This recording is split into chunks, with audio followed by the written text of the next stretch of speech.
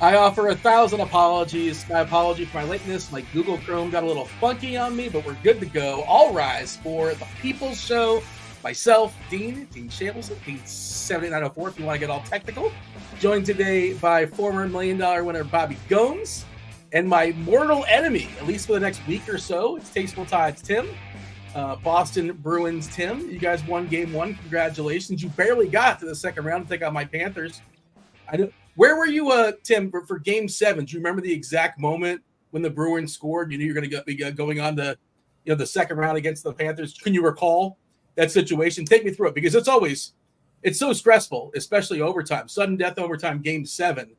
Did you recall that situation? How that went down for you to take on the Panthers? Well, you already know the answer to that question, Dean, because I was asleep. I fell asleep after the second period when it was 0-0, and I was like, "This is actually a very boring hockey game." So I went to sleep. But I wanted to see if you're going to be honest. I wanted to see if you would out yourself. I'm always honest, Dean. I'm always honest. Well, your fan card is gone. It's in the trash. The chat will tell you. Like, if your team is in a Game 7 sudden death and you're asleep. Like, what? And you didn't make it to the third period? What are we talking? It was a 0-0 game at the time, and you zonked out? Listen, Dean, if you want to start getting up at 6, if you want to start getting up at 6 a.m., then you can watch the whole game. Try it. It's fun. Bobby, what time do you get up, Bobby? Like 5:30? I get up at like 6. I wake up like 4 or 5 times a night. So I don't know. Sometimes it depends really on the day at this point with these kids, but yeah, I don't know. It's been nuts. I was also asleep when they scored that goal. Pasternak.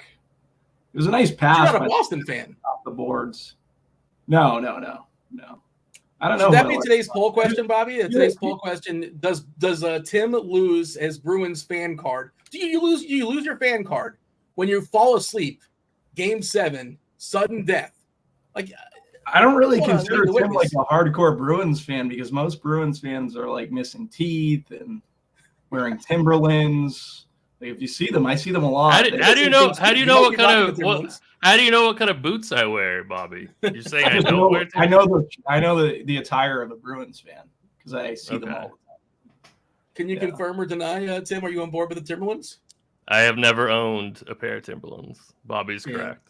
Tim's too casual for that, I think. But he was just saying you're just not a fan. You're not a fan from the start, so he's grading from a different scale, I suppose. But I'm a fan of this team because Jim Montgomery is a UMaine guy, and so is Jeremy Swayman. So I actually got to watch both of them play. I watched Montgomery when I was a kid, and Swayman a few years ago. So I've seen both of them play.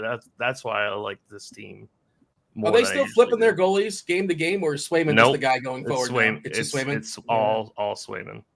That's a bummer because he looks pretty good. He was standing on his head for sure. But we shall move on. This is a baseball show. 2 hours taking you all the way up to lock. Of course, crunch time comes in at about an hour and 10 minutes. You got chief meteorologist Kevin Roth. I'm going to pull up the weather page in just a second, as well as Keith Eyster. He was on yesterday's show. He graduated to crunch time. And you also get the chief. You got Will as well coming in later on. See if anything changed weather-wise. Obviously, we got the wind there in Wrigley today. I don't think that's changed so much. Winds in Colorado in Coors, but it's kind of a crosswind, 20 miles per hour, whipping left to right that Roth is telling us. I'll go ahead and drop that in chat for the people. Do hit that like button. Do subscribe. Do turn on those notifications. Do all those things to help us keep the lights on. We do appreciate that. Eric's asking any beehives today. Well, Arizona's on the road, right? So we don't have to worry about. Is that the exclusive, most likely spot for a bee attack? I don't really know, but we got to hire a bee guy. I can open the budget up for a bee guy. We can't. That situation was too nervous for me the other night. But as far as I know, the bees are all good. Arizona on the road taking on Cincinnati. That's in the early slate. There's like a 5-game 640 slate or so, something like that. We're not discussing that. Of course, we're discussing the main slate. Bobby, How are things in your world? Happy Tuesday. I guess you're up and down you're probably tired. Are you a little bit tired? Things are good. No, today was actually a good day. Got out, went to the gym, enjoyed the nice weather in Boston. Seen a lot of Celtics fans out there, getting ready for tonight and the Cavs, and just ready to talk some MLB, Dean. Do you want to give your take? You gave it on Twitter, with your old engagement farming. Do you want to tell them? Do you want to tell what you really think, or do you want to tell you what you think on Twitter? I feel like it's two different things. That's what I'm being accused of, apparently. No, I think they will lose this one tonight. I think they're going to come out a little stagnant, and the Cavs might sneak one, and then we might see 6 games. I think they finish them in 6. I don't think the Cavs win the series, obviously, but yeah, I think the Celtics win in 6. Yeah, Boston's becoming an even bigger favorite these days with what's going on in Denver. Denver down 2-0 and looking just demoralized. Minnesota, their defense just swarming. Speaking of bees, just an incredible defense there. And Jamal Murray is probably hurt. He's probably playing hurt. He's playing poorly. We know that much. You can get Denver at like 6-1 to win that series now, 13-1 to win the title. I wasn't shopping around, but I saw that number in my sports book, which is pretty wild. Life comes at you fast for sure. Tim, Tuesday, how's it treating you? Yeah, I'm doing well. It's a beautiful day here in Maine. Finally got up to 70 degrees for the first time all year. So I am. It's a good day. It's a good day. People in chat are asking about stacks. We'll talk about stacks later on. We did a little tiers. Bobby was not a part of this. It was kind of sort of me and Tim as a joint effort.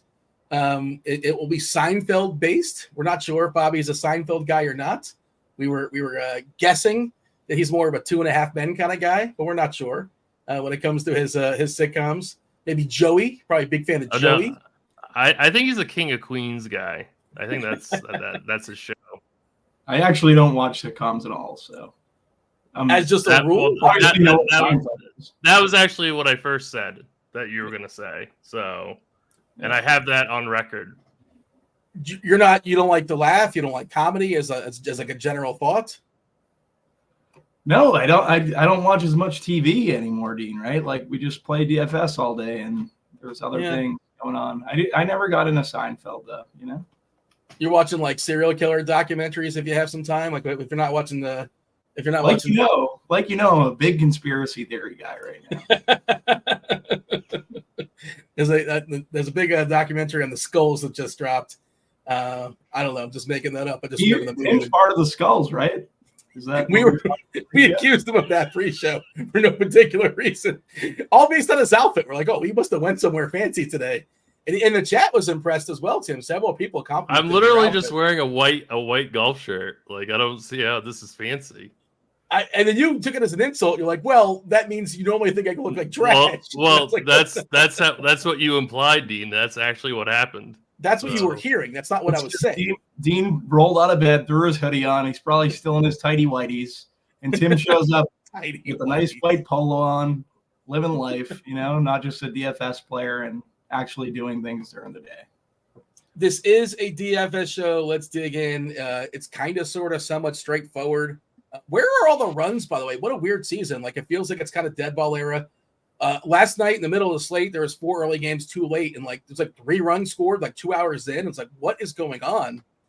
Dodgers end up scoring some homers later on against the terrible Marlins. Roddery, turns out, was not the piece that you needed in the pitching category. It's also strange because there's no good pitchers. There's no elite pitchers, but there's no hitting, which is so odd. It is heating up. Is that Tim? You're saying something there? No, it was me on the Roddery call because Kirkwood was all. I watched the show yesterday. He was all over Roddery, and I'd like to congratulate Kirkwood. He had a big night last night. I've seen him on DK. Took down single entry, but he didn't have Roddery. You know what I mean? Yeah, that's right. That's the problem. He had a feeling in his what was his line there? There was no. He had a feeling in his bones or something. I can't remember the line he used. It was an emotional hedge. Play Roddery, yeah. Yeah, shout out to Kirkwood. He took down 10. He dropped it in the Discord channel about 10K or so. But typical Kirkwood fashion, right? He was like, well, if I would have entered this, I would have won that. Yeah. So We had somebody in the Discord last night take down the 888s. I'm trying to find it right now. Maybe producer Steve can throw it up on the screen. Did want to give a shout out, and they won it with like a score of like 140 or 145, which just kind of speaks to like how low some of the scores are, because it's not, you have to score 200 and that's the target score. Like some nights 200 like barely cashes, right? Depending on typically later on in the season where, and there's 13 totals and cores and that kind of thing. Atlanta's super hot.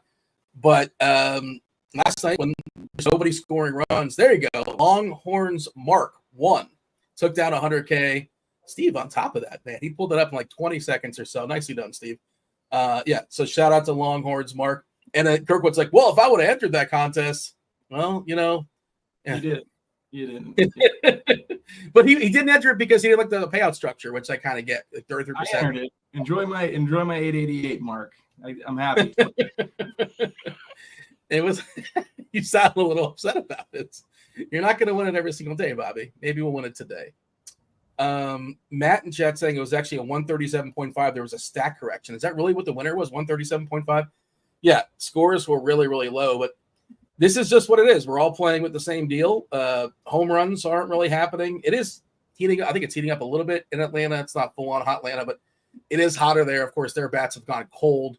There is a game in Coors, but half the guys hitting tonight play for the Rockies, and they are terrible. We have a Wrigley game as well. We'll pull that up in a second and mention that. But give me the overview here, Tim. What are we looking at? A super, super obvious number one pitcher. Some uncomfortable SP2 stuff. If you want to get a little different, you want to open up some salary, but you tell me, how are you seeing the board tonight? Yeah, there's definitely a clear number one pitcher on the board tonight. But after that, it becomes, I think, kind of a challenge to decipher who your SP2 is going to be. I was breaking it down with Blunder earlier today, and it's some of these guys that are very, very uncomfortable. Some of these SP2s are going to be like really highly owned because we don't really have any other choice. So like, Kyle Harrison for the Giants, I think is going to be pretty popular. So is Seth Lugo.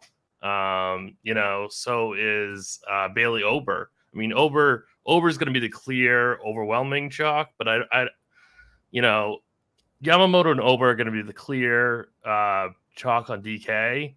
But some of those pivots that you can make at SP2, I think, are viable. And I think in order to get different, you might have to get off of some of that really, really chalky pairing for pitching, just because I think there's some really, really clear hitting spots, that we'll get to at Coors and in Wrigley. Bobby, jump in here. I'm curious your thoughts. And, I always want to know, Bobby, what are you playing? Are you playing like your 16 or 17 or 18 lineups today? You're playing 150. Have you decided just yet? Playing 17, I think, currently. For me, it's like lock bunt pitcher with Yamamoto. Doesn't seem like you can really go anywhere else.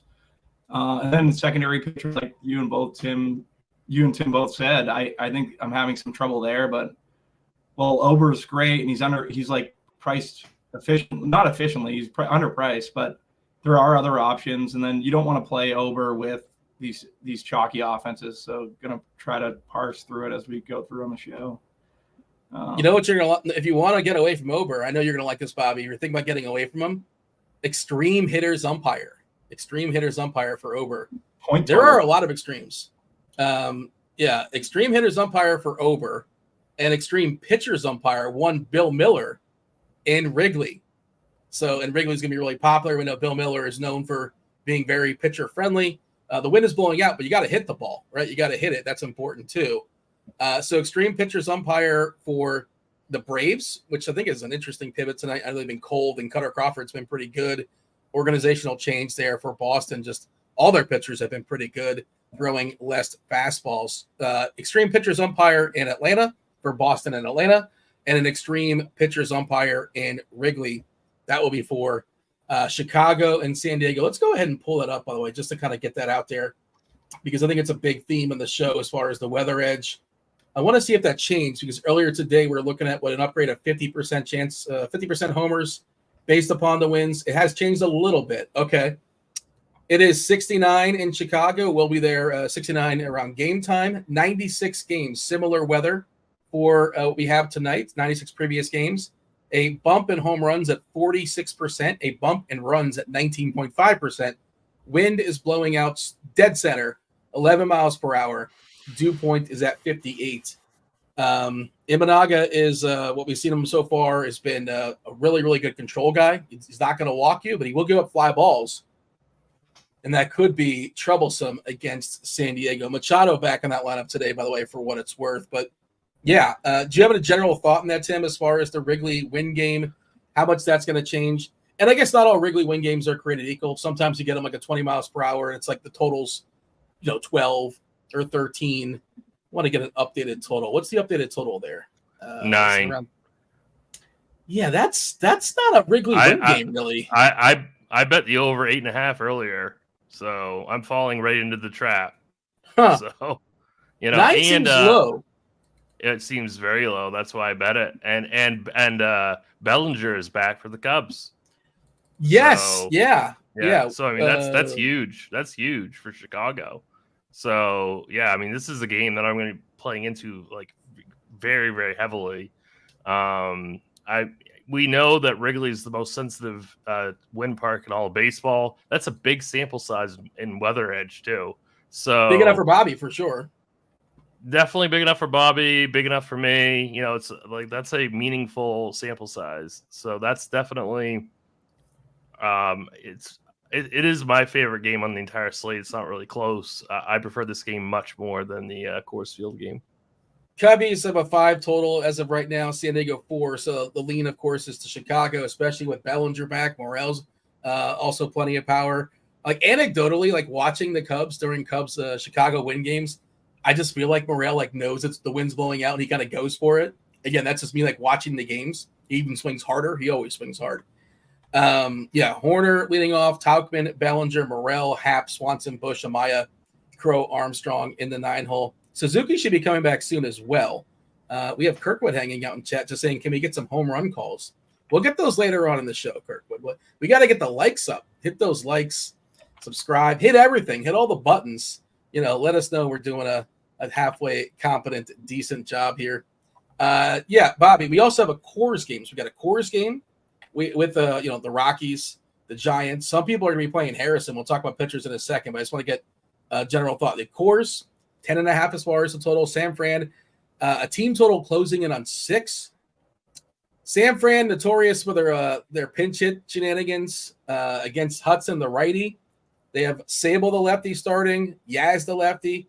Conforto, Wade, Lee. You can't pitch all get them all out of the game. But I was looking at that Colorado bullpen, and Ty Blach has not pitched like in 5 or 6 days or so. And if things get ugly, he's kind of their long man. He can go 2 or 3 innings, and that it's a weird sort of conundrum where it's like a lot of times if you get out in front like 7-1, 8-1, like the team, they don't really care about lefty righty nonsense. They just want to go home and get out of there and just play whoever's available. The strategy kind of goes out the window, but that might be their guy. He might be the guy that would relieve Hudson like in the 4th inning or so. And you're also less likely to do pinch hit stuff when you're up 7. But, always something I'm aware of. I guess we'll talk about that more so in stacks. If you have a thought on that, by all means, Bobby, go for it. Anything else you want to say weather-wise, or you just want to talk about pitching? You already said Yamamoto, that's essentially a lock button. I kind of agree that Marlin lineup is inept. It's worse without a rise and more Ks there. But, Bobby, anything you want to add weather-wise or, just talk a little bit more pitching? Yeah, for me, just that Cubs San Diego game, like for everyone else, when you see that in Weather Edge, it's kind of an indicator that you want to be on that game. So in baseball, we love weather.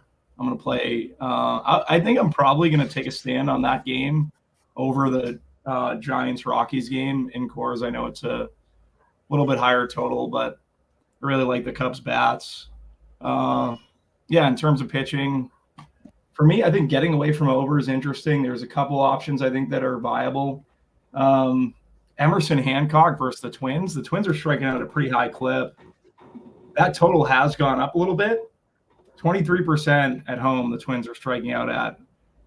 Mariners, I think they've been good. The pitching staff's like probably the best in baseball. I know Hancock's the 5th starter when Wu gets there, whenever, how they handle that.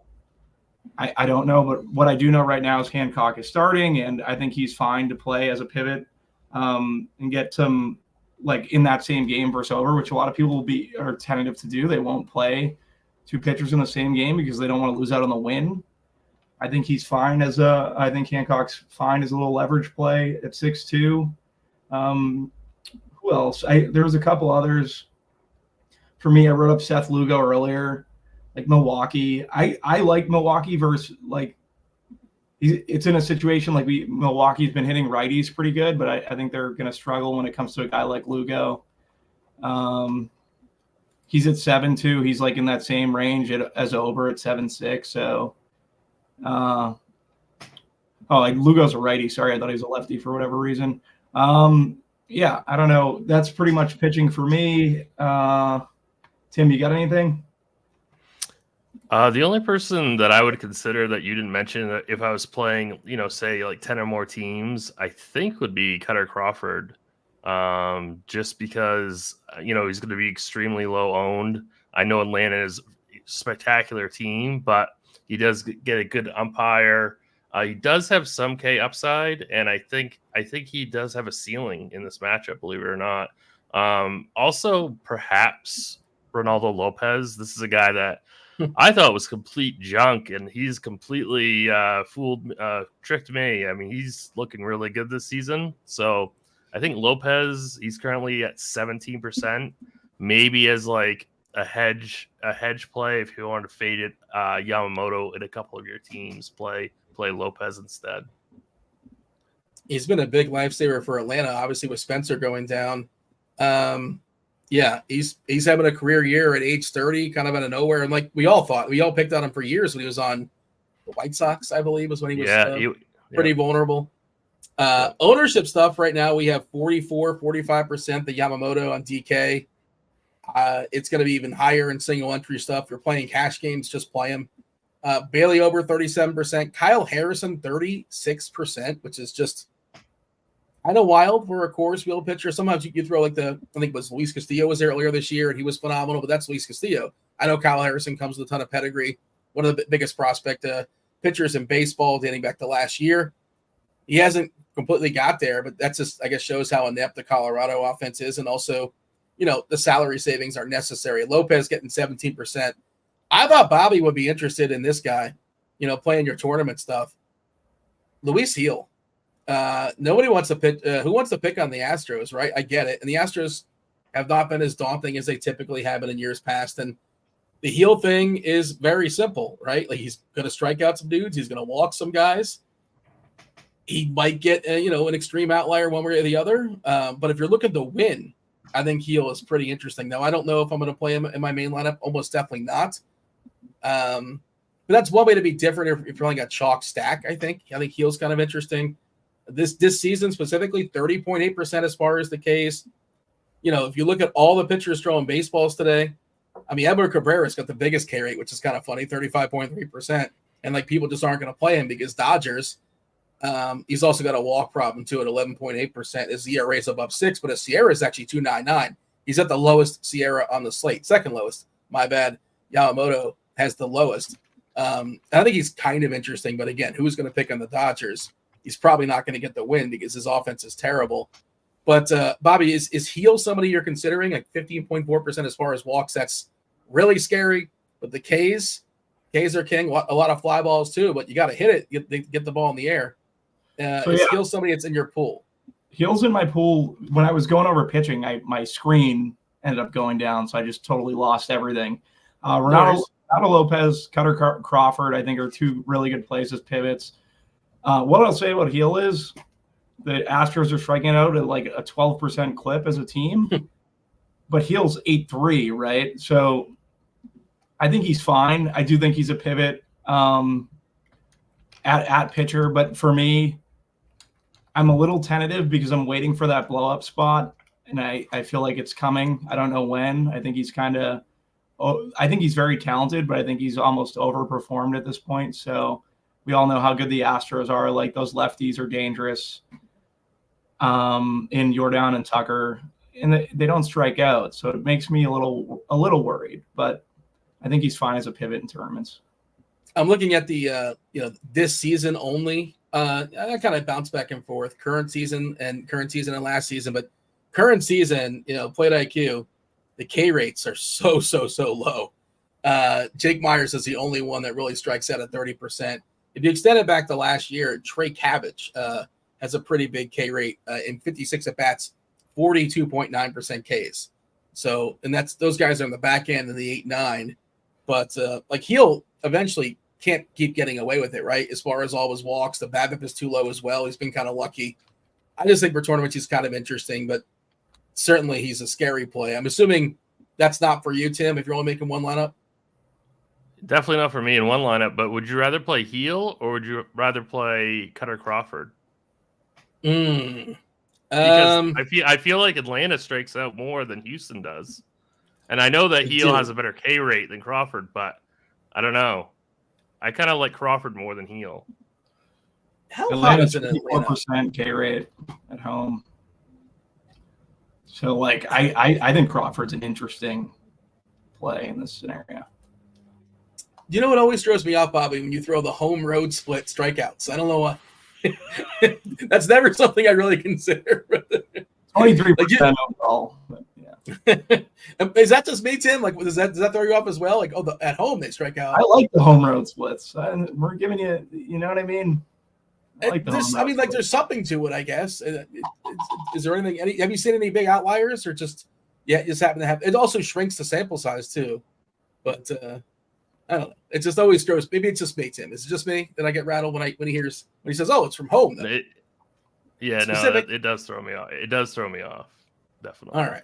I didn't want to bully you into answing that way. You didn't have to agree with me. It's all right, Dean. It's now. Fine. Now we're just bullying Bobby, so that's more fun.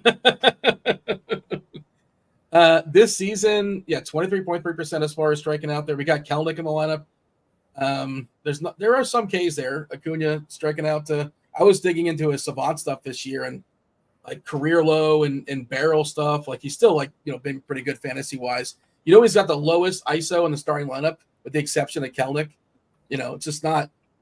And I think he's going to be fine eventually when it really starts heating up in Atlanta, but it's just interesting. And he still kind of gets there with all his stolen bases anyway and runs scored. But, we haven't exactly seen the power that we expected coming into the season. What's going on in the chat? They're talking about all right, Kirkwood's talking about the Juggalos. I'm just a little bit distracted by what's going on in chat. All right. Mr. Richard saying no Verlander for me. How about the folks here? No Verlander for me either.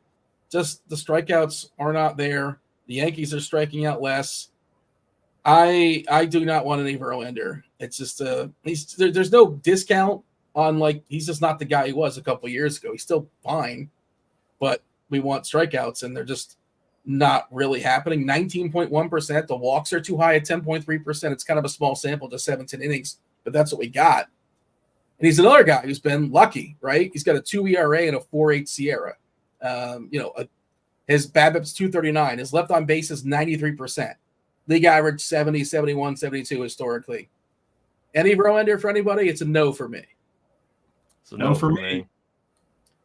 All right. Is there anybody we're missing? I want to see if the chat, they're talking about stacks and things like that. If there's a pitcher you want us to talk about, by all means.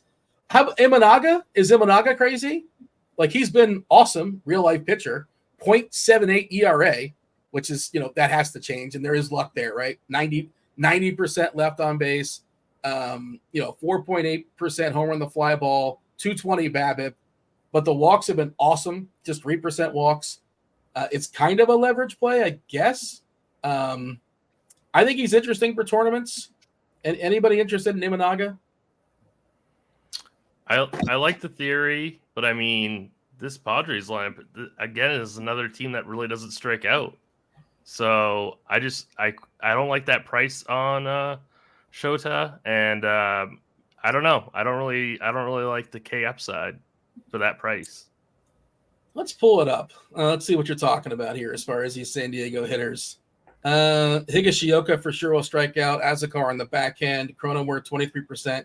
This is dating back to last year, but otherwise, most of the guys are in the green. 24% collectively. He's been awesome. Again, the ERA, he would be the greatest pitcher of all time if the ERA doesn't go up. It has to go up at some point. Doesn't have to go up tonight necessarily. Is he in your pool if you're making 18 lineups, Bobby? He also has he's got Bill Miller, right? Does he have Bill Miller there calling the balls and strikes? Extend that to strike zone? He's definitely got the EP. He's just 200 more than Yamamoto. Like Tim said, San Diego not striking out. We get significant weather positive for the hitter. It just doesn't make a ton of sense to play him. What is the ownership on him? Is it like lower than 10%? If it is, I think it's not like completely nuts. It's 9%. Yeah. Lugo 13, Heel 15, Lopez 17, Michaelis at 6, Verlander at 5. See in the chat, Eric's asking about Buto versus St. Louis. St. Louis changed their lineup, I saw. I don't know if they mixed it up or somebody got kicked out or not, but apparently St. Louis's lineup changed a little bit. Anybody else you want to talk about here, Bobby? Buto? The chat wants to talk about stacks. No Budo for me. It's going to be the main Yamamoto, Ober, Ronaldo Lopez, Cutter Crawford, Heel, Lugo, and that's pretty much it. And I maybe Hancock. We'll see. Edward Cabrera 1.5%. Like give me a little bit better price, and I'd be interested. I think 8.7 probably isn't the correct price for. He should be a little bit cheaper than that. Give me a discount facing LA. Tim, I saw you said you ran some of the sims, and anything you found interesting sim-wise when it comes to pitchers. I feel like Ober's the one that maybe shouldn't be as owned as he's going to be. Yeah, so I'm getting a ton, like all day. I ran these earlier too. All day I've been getting a ton of Kyle Harrison, just like a ton. So I mean that's always just so sketchy though. Pitching a guy in cores, but he's just so cheap. He's got a really high K prop. Yeah, I guess Ober is not coming in very high on the sims, but he's coming in decently, but not great. Harrison is by far the outlier, though. I'm getting a ton of him in sims, and I did this morning as well. Are you bouncing back and forth as far as your SP2? Is it going to be one of those two? It's going to be one of those two. I'm pretty sure. So you got a leaner, just yeah. The problem is that you don't really get an ownership discount going to Harrison. Like you get a little bit of a pricing discount, but you aren't going to get an ownership discount going to Harrison. Ober and Harrison are going to be very similar in terms of ownership. So the pivot really might be Lugo if you wanted to be like get real different, get kind of different at SP2 because Ober and Harrison are going to be very popular. Can I say this? I think Ober is going to come a little bit higher. I think Harrison's going to come in lower where we currently have it. And I think that Lugo is going to come a little bit higher. I don't know, Bobby. You have a thought on that? Like, I think Ober. But are you going to rank Ober, Harrison, and Lugo though? You know, in that order. Am I going to rank them like as far as like my preference? No, in terms of ownership. Ober being the highest. Yeah. Ober, okay. Yeah. But I just think that Ober is going to be more than 1% owned than Harrison. I think Ober is going to be like 40. When this is just me. I mean, and this stuff gets refined. The closer we get to lock, they get more accurate. They do the best they can, obviously. But I just think that I don't see Ober and Harrison basically being a coin toss when it comes to ownership. I don't see that 37, 36.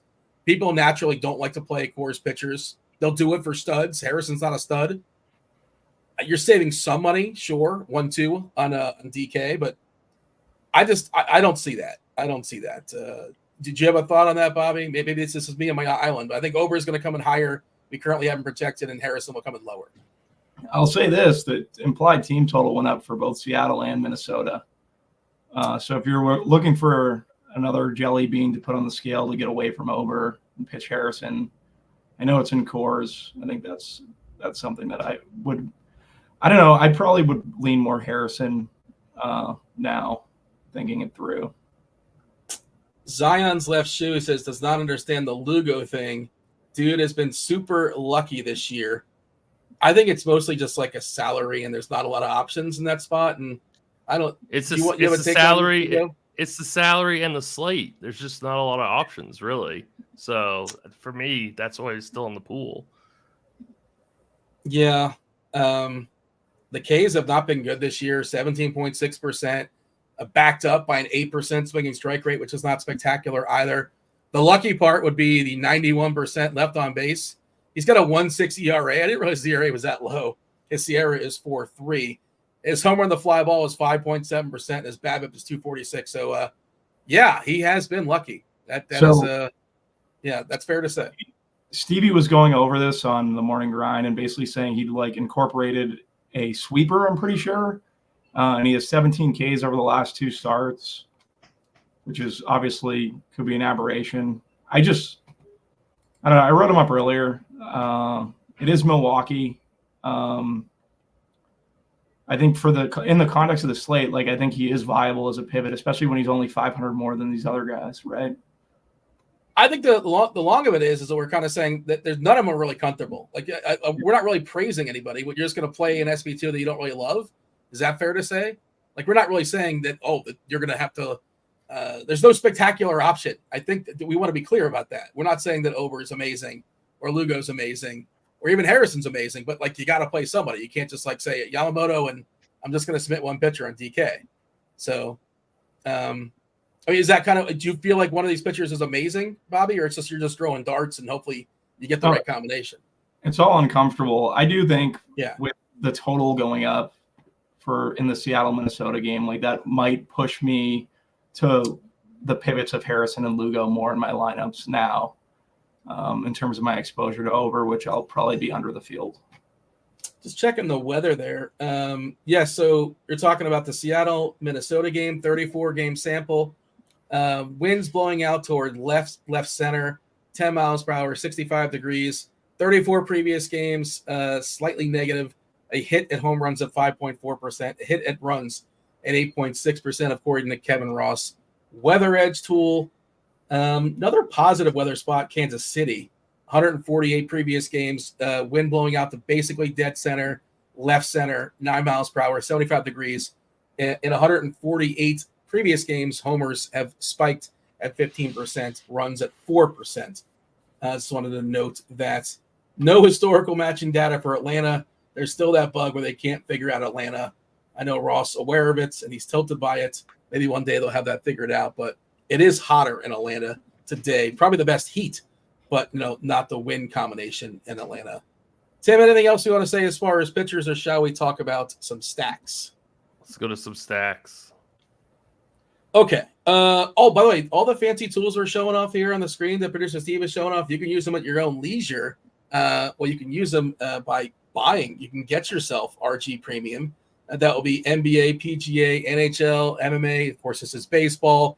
If you want to commit to 6 months for $469.99, you save $250 as opposed to going month by month by month. If you want to just 1 month commitment, sure. $40 off for a limited time. Links are in the description. If you want a 3-day pass, it's $19.99. You get access to the Sims, access to the expert survey, to Dave Potts' article, all the content we do. I have too much time to link it all. But also because it's Tuesday, it is Tournament Tuesday, which means you can go to the Discord channel, rotogrinders.com/Discord, and jump into the live stream chat.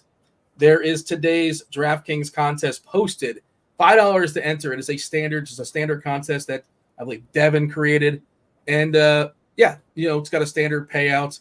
And the added value is if you finish first, or if you finish like second behind like myself or Devin or producer Steve, or if you guys happen to play as well. I see you guys, Bobby or Tim. The first non-RG person would get themselves a week free of RG Premium. And if you rock the RG logo, you get 2 weeks of RotoGrinders Premium. Go ahead and jump in that contest now. Are you going to jump in there, Bobby?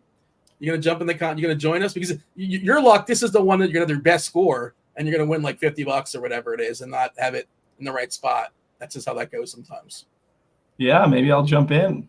Hopefully I don't take it down, I guess, Dean. Well, how can I take it down with you in the contest, the single entry champion, right? You know what?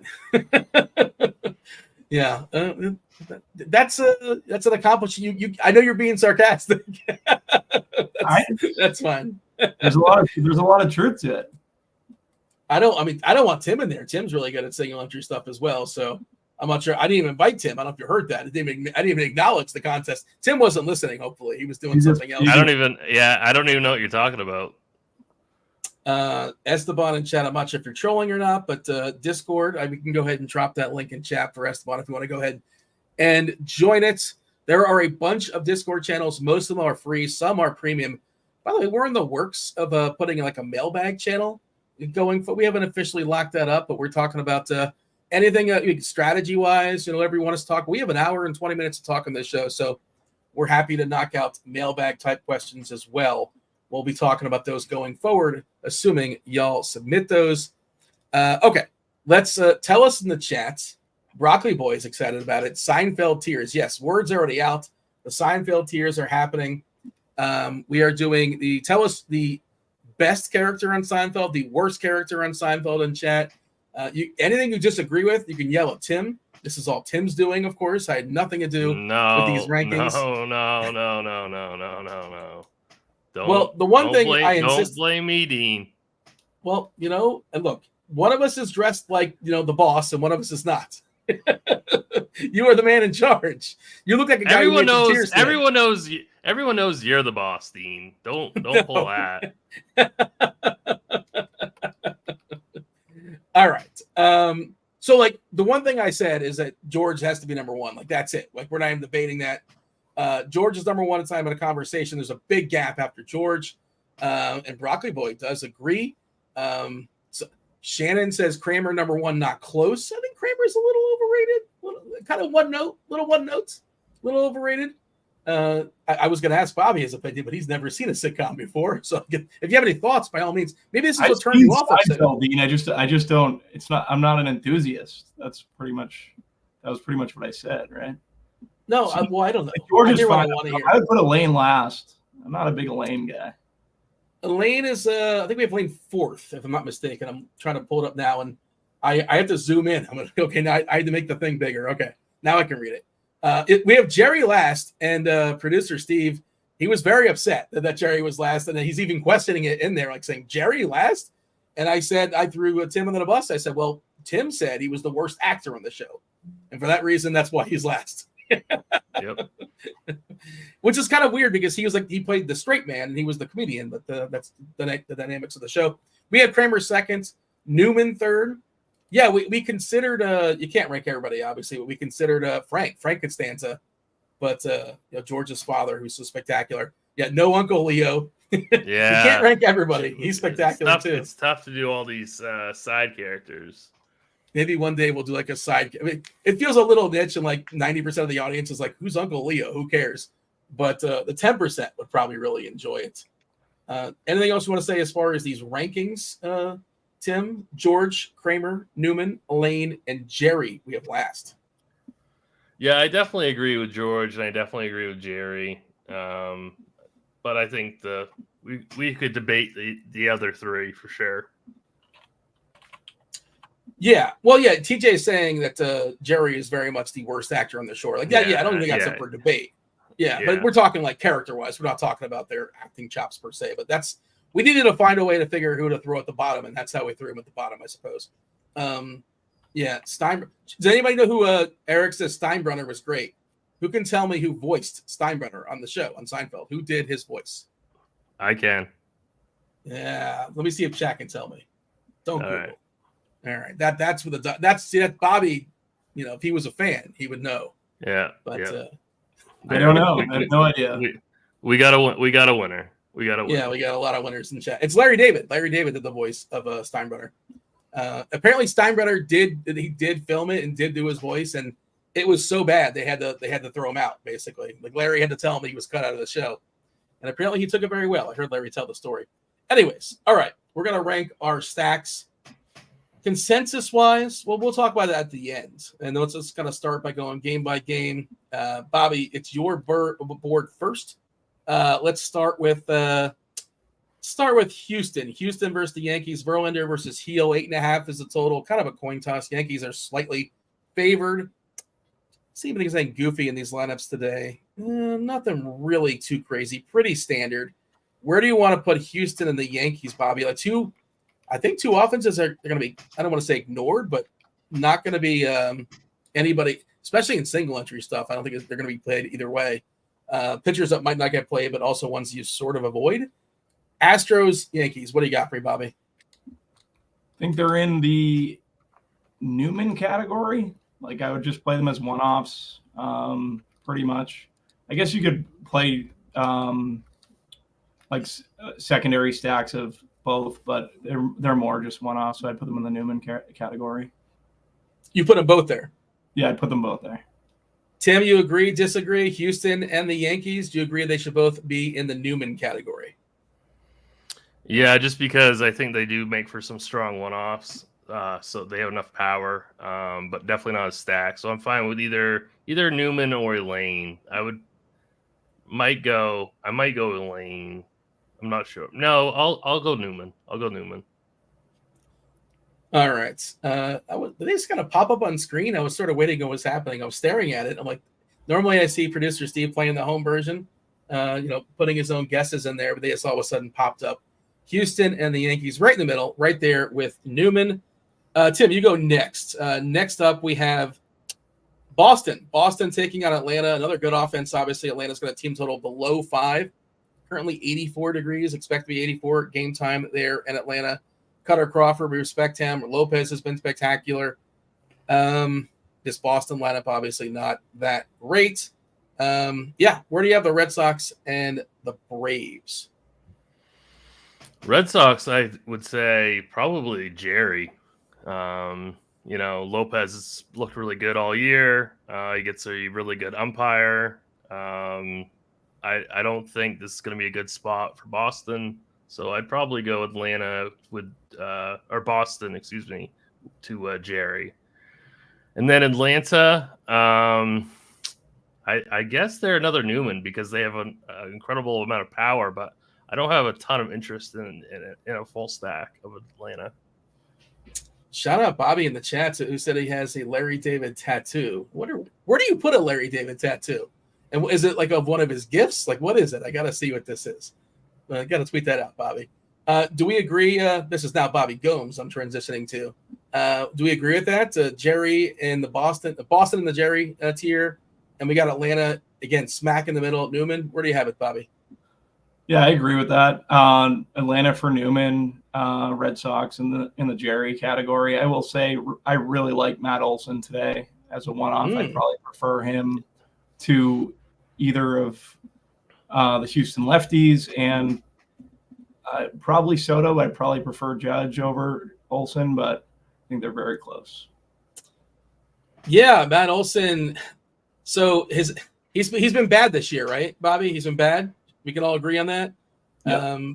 But average exit velocity, if you fire up his Savant page, he's in the 99th percentile. He's still smashing the ball. Barrel 87 percentile, hard hits 99 percentile, X slug 77, X woba 83. It's coming. It's coming from Matt Olson. I don't know when. And his price keeps falling. Yeah. Yeah, I think he's like 3.7 or 3.8 on FanDuel. What is he on DK right now? Like low 53, 53, I think. Yeah. Sure. Like we saw Muncie have that breakout. 54 on DK. It's definitely coming for Olson. He's been pretty unlucky this year. And the people aren't going to be playing him tonight because he's cold or whatever. But it's happening at some point, eventually. He's due. All right. I believe, Bobby, I'm fairly certain you are next up. I think so. Feel free to tell me otherwise. With San Diego and the Cubbies, 9. 9 is the total. Is that not budging? I'm kind of refreshing on it. I guess that's where we're at as far as the total. Is there juice on the over? I guess, Tim, you said you got an 8.5 earlier today.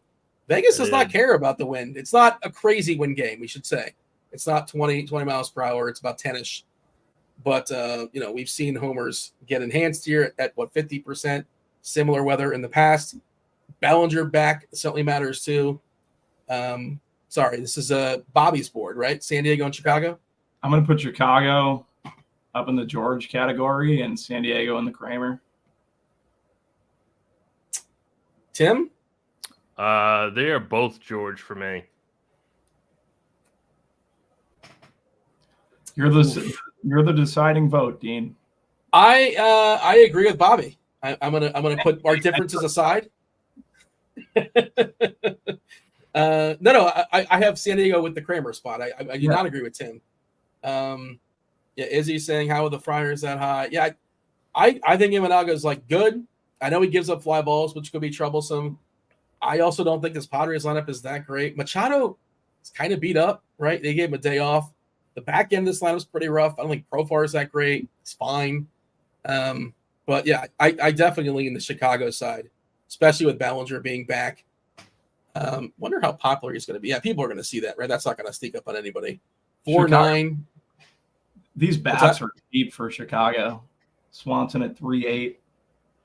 Like Horner's 4-1, Bush 4-1. Like, I don't know. There's obviously with how everything's spitting out in projections, they're going to be very highly owned. But what I'll say is Tauchman, he's hitting second, I'm pretty sure. I like him to go deep tonight. I was just going to give him out as my tater.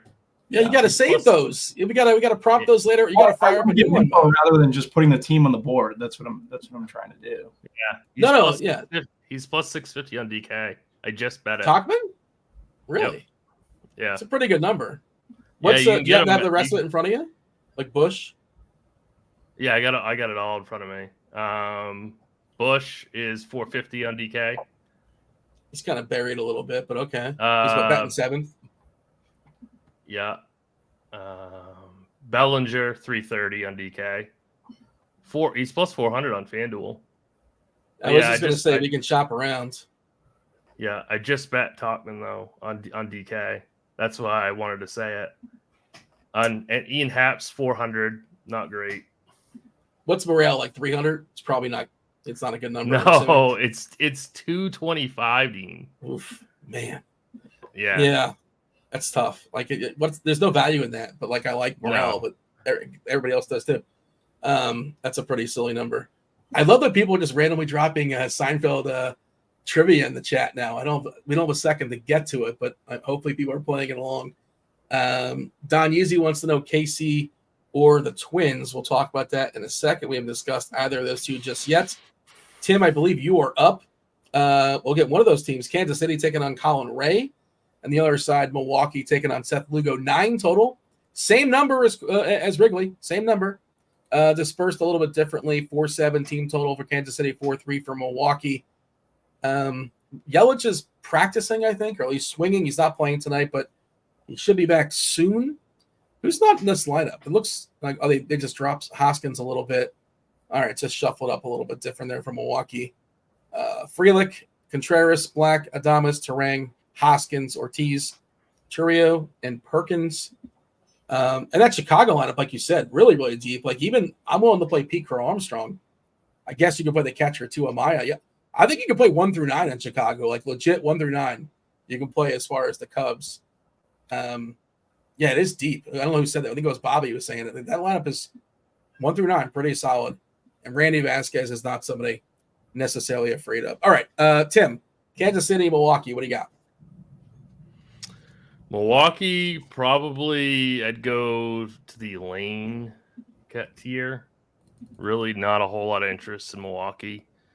Not a huge fan of Lugo, but I think that he can do decently in this matchup. I don't want any Milwaukee really. Kansas City, I think they're Newman. I think there's enough value with them. They're good. They're a really good filler stack. They're pretty cheap in some spots, or you could pay up for, the expensive Bobby Witt, Sal Perez. There's really some really good spots for this Kansas City team. Colin Ray is a very, very low K pitcher. The ball is going to be put in play. Last year, he gave up a ton of hard hits. This year, not so much, but still, I think this is a pretty good spot for KC. So I'd say Newman, and then maybe even price considered, go up to Kramer since they're cheap. Bobby? Yeah, so for me, Elaine works for Milwaukee. KC, Newman's fine. A couple bats from KC I like, just looking over it quick. Nelson Velasquez is probably my favorite bat on the Royals tonight, followed by Sal Perez. Fly ball pitcher for Perez, it's a really good spot. And Velasquez, like I was just looking over the pitch mix for Rhea, and he smashed him. So like Velasquez a good bit. Looking at the power Rays given up last two years, 347 ISO to lefties. It's a big boy number. Pretty good against righties as far as the ISO. Wait, no, that was the Wobo I was reading. My bad. The ISO is 237, which is also bad. 133 versus righty. So the splits are pretty dramatic power-wise. Massey looks like he was once upon a time a pretty big prospect, maybe like a late bloomer. He's been coming on this year pretty strong. I like him. Witt, you can always play Witt. You can always play Sal Perez. I know Vinny P let us down on Mozzarella Monday, but I'm happy to go back there again. Garcia, dating back to last season, has been pretty terrible versus righties in the power department. 80 ISO, which is really, really dreadful. Strikes out too much and doesn't walk a ton. It's just weird. He leads off of this team, but that's what they're doing. If anybody moved him in the Kramer spot, I would not have been arguing about it, but we shall move on. So far, it's we're pretty clearly there's a lot of stuff in the middle, something at the top, something at the bottom. Let's move on and see how this fills out the rest of the way. Crunch time coming up in 15 minutes. You got Chief coming on as well as Keith Eyster, as well as Kevin Roth. Anything weather-wise will be on top of about 15 minutes or so. Crunch time coming in. If you have any questions, by all means in chat, drop those in there too, because we still just have with 4 more games, then we might have some time to knock out your questions. But I think, Tim, it's you. No, Bobby, it's your board, right? Seattle, the Mariners at the Twins, 8.5. It's a total. Twins a -150 favorite. What do you got?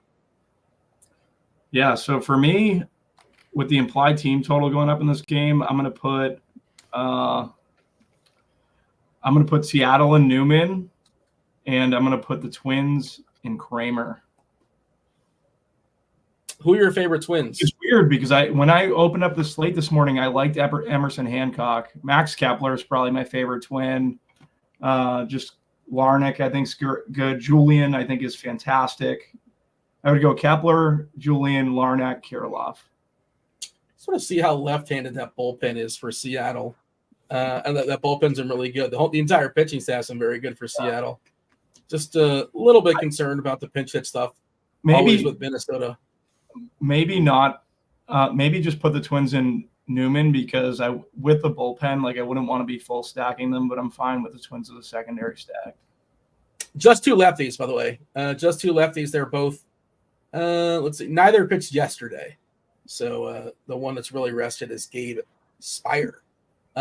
Taylor Saucedo, he pitched on Sunday and Saturday, but not Monday. He probably wasn't available. You feel? Do you agree with this, Tim? You like putting both these teams in the middle there with Newman? I'd go Seattle to Elaine. That's what I'd do. This is where I step in, and I'm gonna stick with Bobby again. I'm gonna put our differences aside. If nothing else, I think there's some leverage to it. I know Seattle can be gutless, and they were a disaster last night versus that minor league pitcher who might be better than we think he is, but he probably shouldn't be. Woods Richardson. I still believe that J-Rod's gonna be fine. But you also, I guess you have 3 catchers today, right? Haniger. No. There's no big dumper. Yeah. There's no Raleigh. Sebi Zavala, the backup catcher. And he's not great. He's guy used to be on the White Sox. Usually when the White Sox throw your way, the outlook going forward is not great. Yeah. Are you up for Carver revenge, Dean, tonight? Ooh, I didn't think of that. Is that something are you a big revenge guy? Is that something you've put some thought into? It's just hitting me. It's a feeling, like Kirkwood says. Who was it, Bobby? Mitch Garver. Oh, okay. He used to play for Minnesota. Remember there was a time where Mitch Garver had the best numbers in baseball versus lefties? You remember that was a thing? And then the sample got bigger, and then it's like, oh, wait, maybe he's not that great against lefties. Maybe he's just not that great. Maybe he's just not very good. But he is a catcher masquerading as a DH. Where else are you going to put him, I suppose? But I don't think he catches at all anymore these days. I think he's just basically their designated hitter essentially every single game. Mets, the gutless Mets taking on the Cards. Michaelis, who you just never roster in DFS because he doesn't strike anybody out. The ball will be put in play. Polar Bears back in the lineup. We got Alonso back. 8.5 total in St. Louis. Is this Tim? Is this Tim setting the board? I think it is Tim, yeah. Yeah. So Mets Cards. Yeah, Mets Cards. So I would go. I think they're both a lane for me. Yeah. The Mets are getting a lot of love in Sims, or a lot more than I was expecting. So maybe they should get a boost just because of that. But I'm not a fan of either one of these teams, really. Yeah. I mean, I don't mind picking on Michaelis. He's just, not very good. I guess he's got a skill. He's a pretty decent ground ball guy, but he's not going to. I was going to say, like, he's terrible for DFS, but he's not horrible for real life, in my opinion. Yeah, I mean, STL cards will probably disagree with you. He's got a 5.68 ERA, but I guess he's been unlucky. According to the Sierra, it's around 4. But yeah, he's terrible for our purposes. Like, you never roster him. Yeah, Bobby, where do you got? By the way, Shannon in chat is saying the ranking scale is some weak sauce. Everyone is in the middle. Fence riding today. You guys are fence riders, according to Shannon. I don't think we're fence riding at all. That's pretty much how it's breaking down and how we're building our stacks too. Like, I would imagine, correct? All those bats are one-offs. Maybe a couple secondaries, and then everyone knows who we're going to stack in terms of like the main teams with the Cubs and San Diego and likely San Francisco and Colorado. When everyone's mediocre, they should be in the 3 spot. So that's how it is today. That's kind of where I put the ones where you can sort of make an argument both ways. That's why I let Seattle in the middle, because like it's some leverage against Ober if you want to buy in the whole leverage thing, and I think Ober is going to be possibly too over-owned, I guess. But yeah, Mets cards. Do we have any changes here, Bobby? No, I feel the same way. Brandon Nimmo has been crushing the ball, so probably get him in there as a one-off. But outside of that, like DJ Stewart, I think is another guy you can play as a one-off. But there's not really anything I love on the Mets today. Just got a Dodgers lineup. It's Betts, Ohtani, Freeman, Smith, Muncy, Teoscar Hernandez, Pajes, Lux, and Outman. Yes, Sal, I wasn't intentionally saying Ober owned, but that's kind of what I was saying, and then I just sort of stopped myself. But yeah, Ober owned. There you go. I wasn't making the pun, but you could complete it on your own for sure. All right, Bobby, this is yours. By the way, lineup wise, do we have who are we missing? Marlins, right? No Marlins. We got everything else though. We got all the lineups with the exception of the Marlins. And do we really need to see the Marlins lineup? Like, do we? It's going to be bad. I think I ran my last projection set or my last crunch last night without uploading the Marlins projection. Yeah.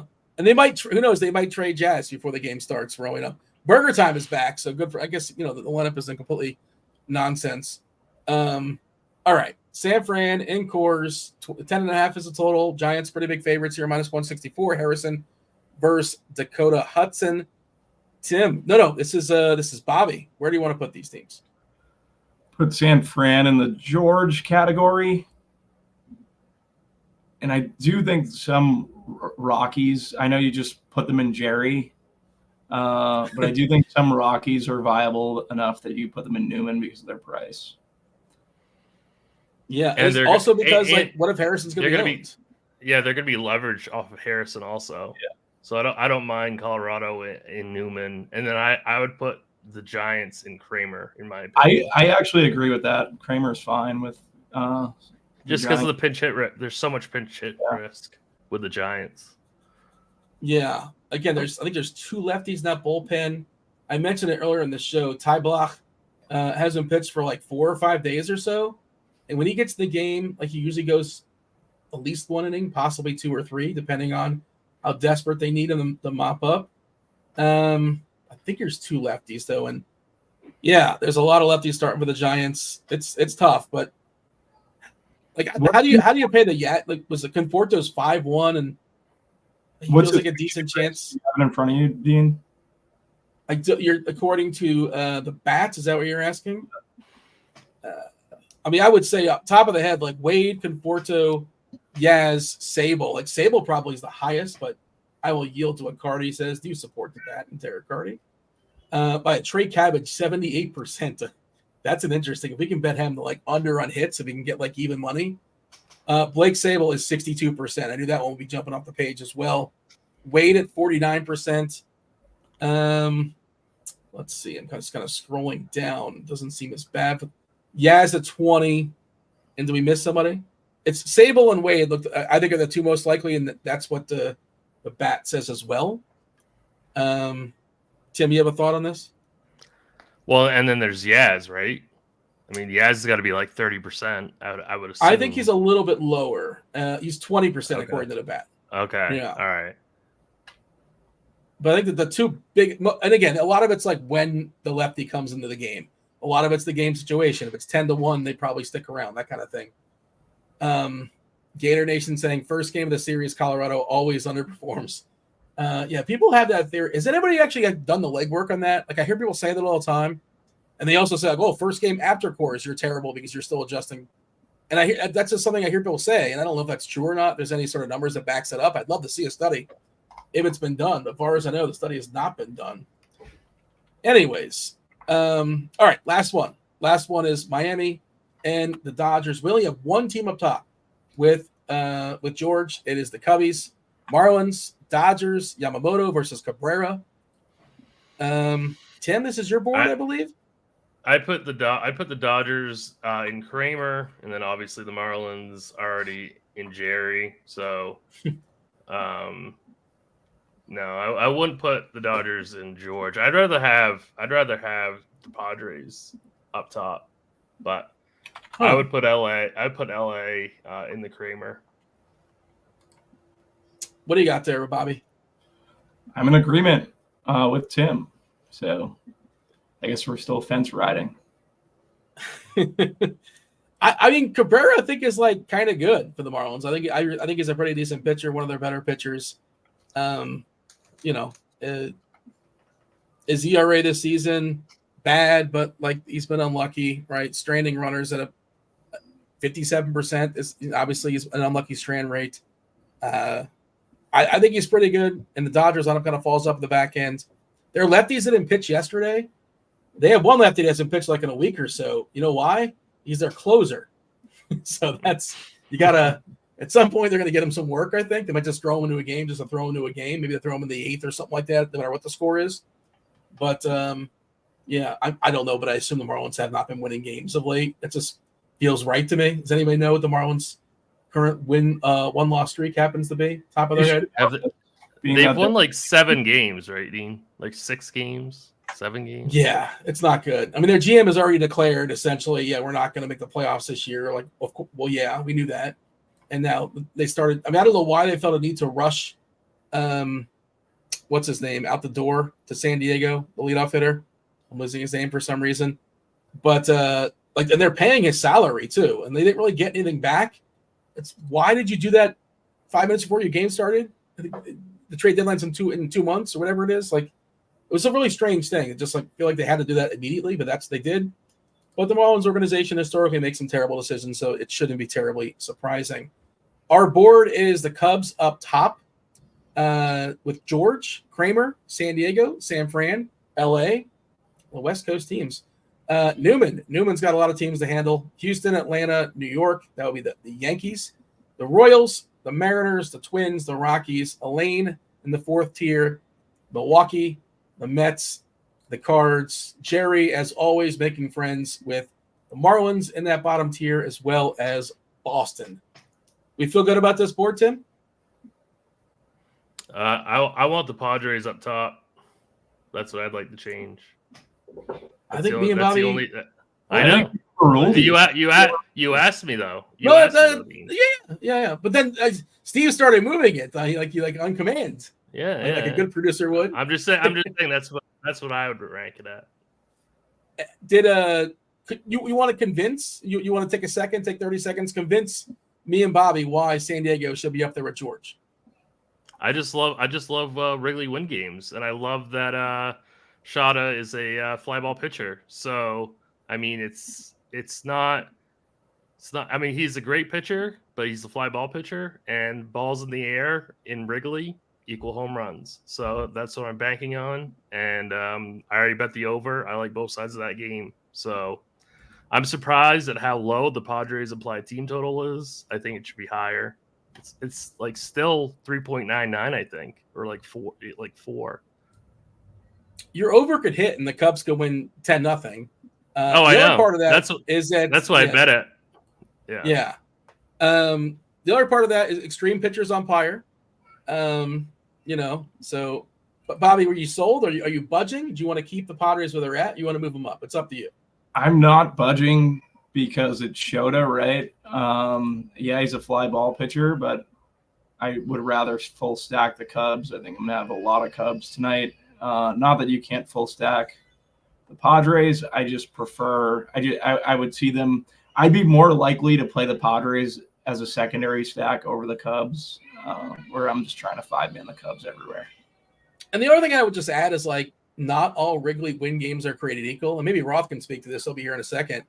Like it's a Wrigley win game, sure, but like 10 miles per hour, is that really, it's not a real Wrigley win game. It is something. It's not nothing, but it's not like when you think of Wrigley win game, I don't think.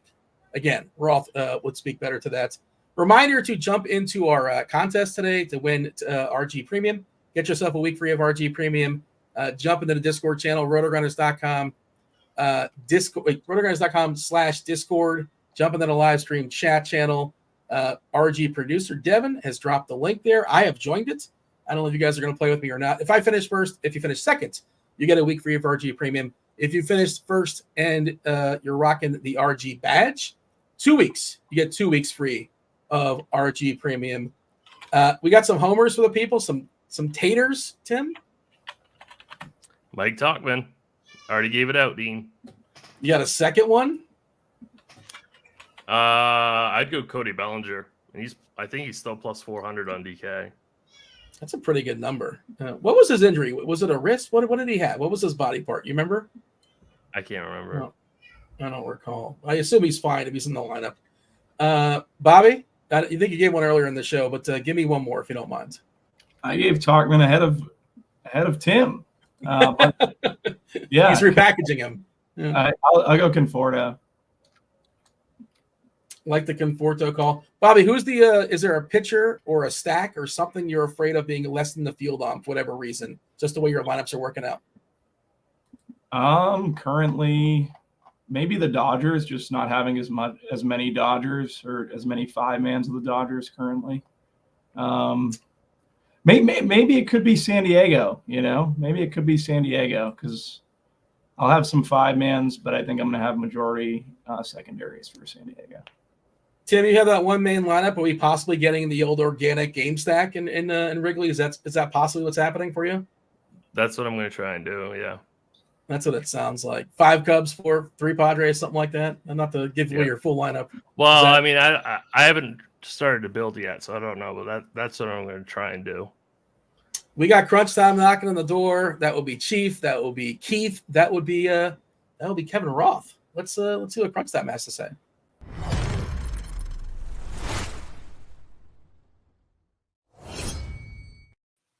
What is up, Kevin Roth? Keith?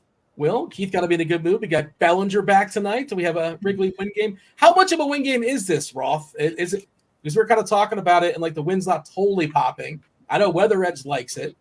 Last I saw like a 49% boost in homers, but like the Vegas total's 9. Like Vegas is not totally buying this as a legit Wrigley win game. What would you call it? I mean, I think anytime you get 10 mile per hour in Wrigley, it's legit. Anywhere else, I wouldn't care. But in Wrigley, 10 miles per hour matters. I just assumed the pitches were really good. I don't know if that's true, but I was shocked to see the total, not at 11, just generally anytime the wind is blowing out there. The best pitchers umpire calling balls and strike might have something to do with it. I don't know if they care. They dig that deep on that, but just noting it, I suppose. Mm-hmm. But yeah, we're still kind of surprised, kind of dumbfounded that and Imanaga's been spectacular this year too. He's been, he's got an ERA below 1. Like he's been awesome, but he's also been kind of lucky. So maybe that has something to do with it as well. But all right. You want to talk basketball for a second? Don't you, Roth? I know you want to talk, or maybe not. Maybe you don't want to talk basketball. So good. These games are so good. Like that first game last night was just a 10 out of 10, man. The Knicks are like your adopted team now? Yeah. Oh, yeah. Well, since they got Brunson, now they're my boys. Makes sense. Understandable. They got the whole half of the Villanova championship teams on that team. Mm-hmm. You saw when Brunson won, when they won, they interviewed him. He was like taunting, was it Kenny Smith or something like that in the in TNT, like pointing to the banners, so where he crushed in Philadelphia. I don't watch college basketball, but I'm told he was very good. And there you go. Will confirms it. Let's step aside and get out of here and make way for crunch time. Anything? Unless you guys got anything else? Tim, you got anything else Yeah, we're good to go, Bobby. Yeah. Yeah. Alrighty, good talk. That was the People Show. We do appreciate y'all watching the first portion. Do hit that like button. Do join that contest that is currently in the Discord. It's just $5 to play. Get yourself a week free of RG Premium, potentially 2 if you have the RotoGrinders badge. You get yourself 2 weeks if you take it down. Now is the start of Crunch Time. Raw, take it away. Good stuff. Welcome to it, ladies and gents. You know the drill. It's crunch time. 2 of the sharpest minds in the biz. I'm going to walk you through the best pitchers, the best hitters, some home run calls. And, of course, we're going to take your questions as well, doing that in the Discord and in the YouTube. Hit us with thumbs up, not for me, but for these 2 brilliant gentlemen. We got Chief, who is disappearing. Let's see. There he is. He's back. What up, Chief? How are you? Nothing much. Doing good, man. Glad to come on. It's baseball season. I'm super excited every day. And when I get to come on and hang out with Roth when he's actually a meteorologist, like officially, it's just good stuff. It's just good stuff. It is good stuff. And I always dig the positivity. We got Keith Eyster, a.k.a. the Iceman, in the house as well. Going to give us some Eysters Flysters later. Ice, how are you today? Doing well. Cubs are going to be chalk today, so I'll always love that when my team is going to be popular. Definitely get to roster some Cubbies. It's a pretty straightforward slate, honestly. I think it's pretty obvious what the right plays are, both at pitcher and the offenses we want to target, but maybe we can find some ways to get different. We'll break it down. Okay. King of Smack in the chat says, did you guys check out the roast of Tom Brady? I did not. That's not really my style. And I feel like you two are 2 of the nicest people I know and also would not enjoy roasts. Am I wrong? Ice, did you watch this?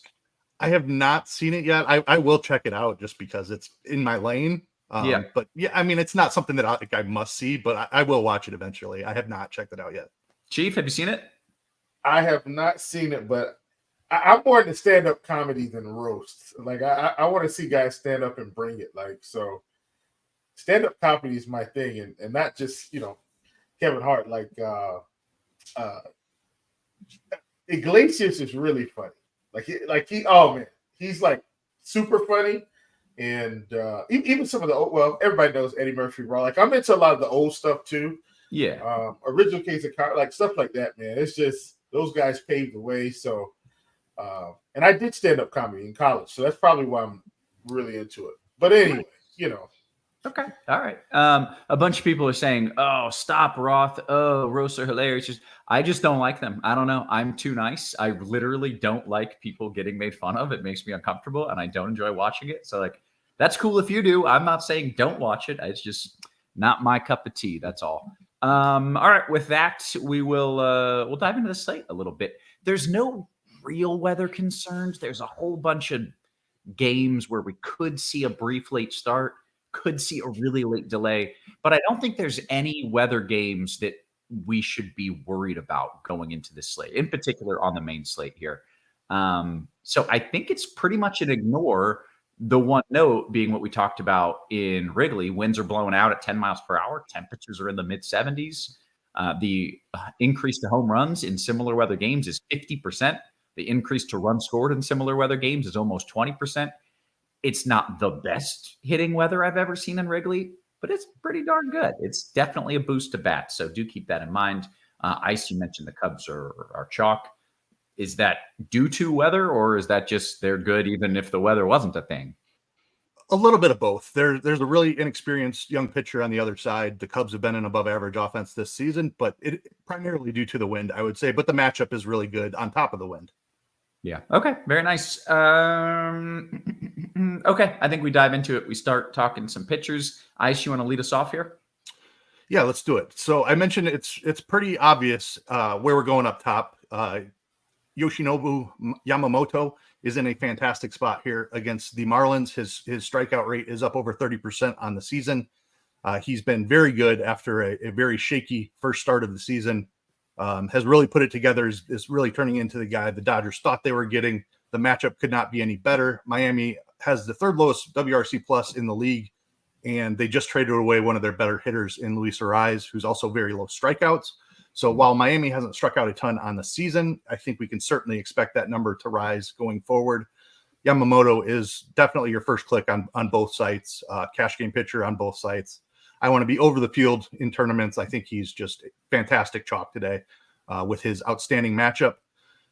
Looking for SP2s, Bailey Ober is standing out due to his matchup. Seattle has been below average, a below average offense this season, and they have struck out at the highest rate in baseball. So a nice plus strikeout matchup here for Bailey Ober. Just set 7,600 on DraftKings. I think he's certainly your cash game SP2. Getting a little bit off the board for tournaments, Kyle Harrison is picking up quite a bit of ownership. We don't generally target pitchers in Coors Field, but this Rockies offense is all sorts of bad, way worse than they've been in the past. Kyle Harrison is a big-time prospect. He hasn't quite put it together yet this season, but that price tag on DK down at 6,400 is pretty intriguing. Personally, for me, the ownership is a little bit too much. I'll be well underneath the field on Kyle Harrison, but it's certainly a great matchup. It's hard to argue.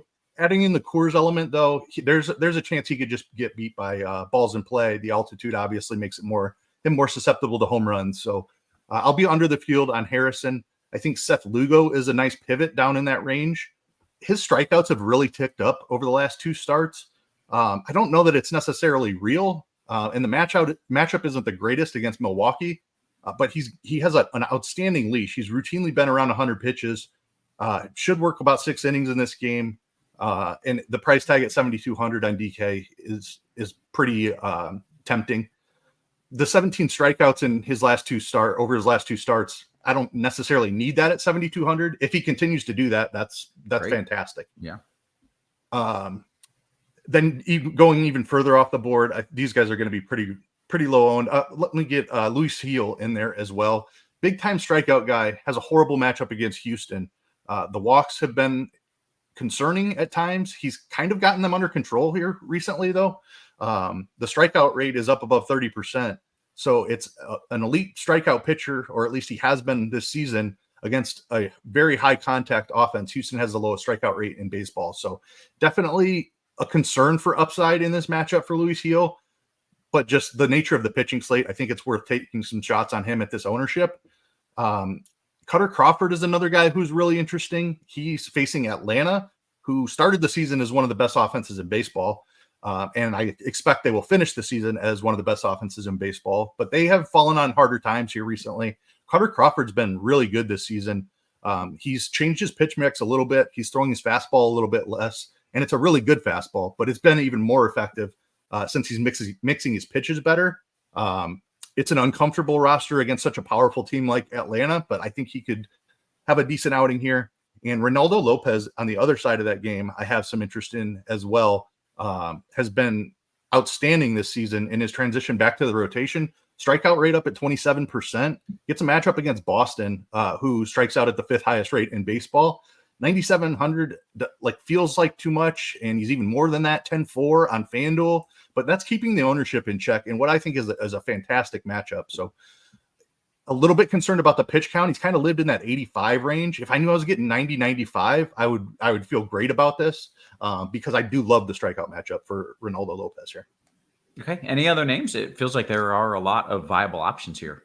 Yeah. One other deep, large field tournament, if you're looking for a pivot from Kyle Harrison and need somebody in that exact 6K price range, Emerson Hancock is interesting.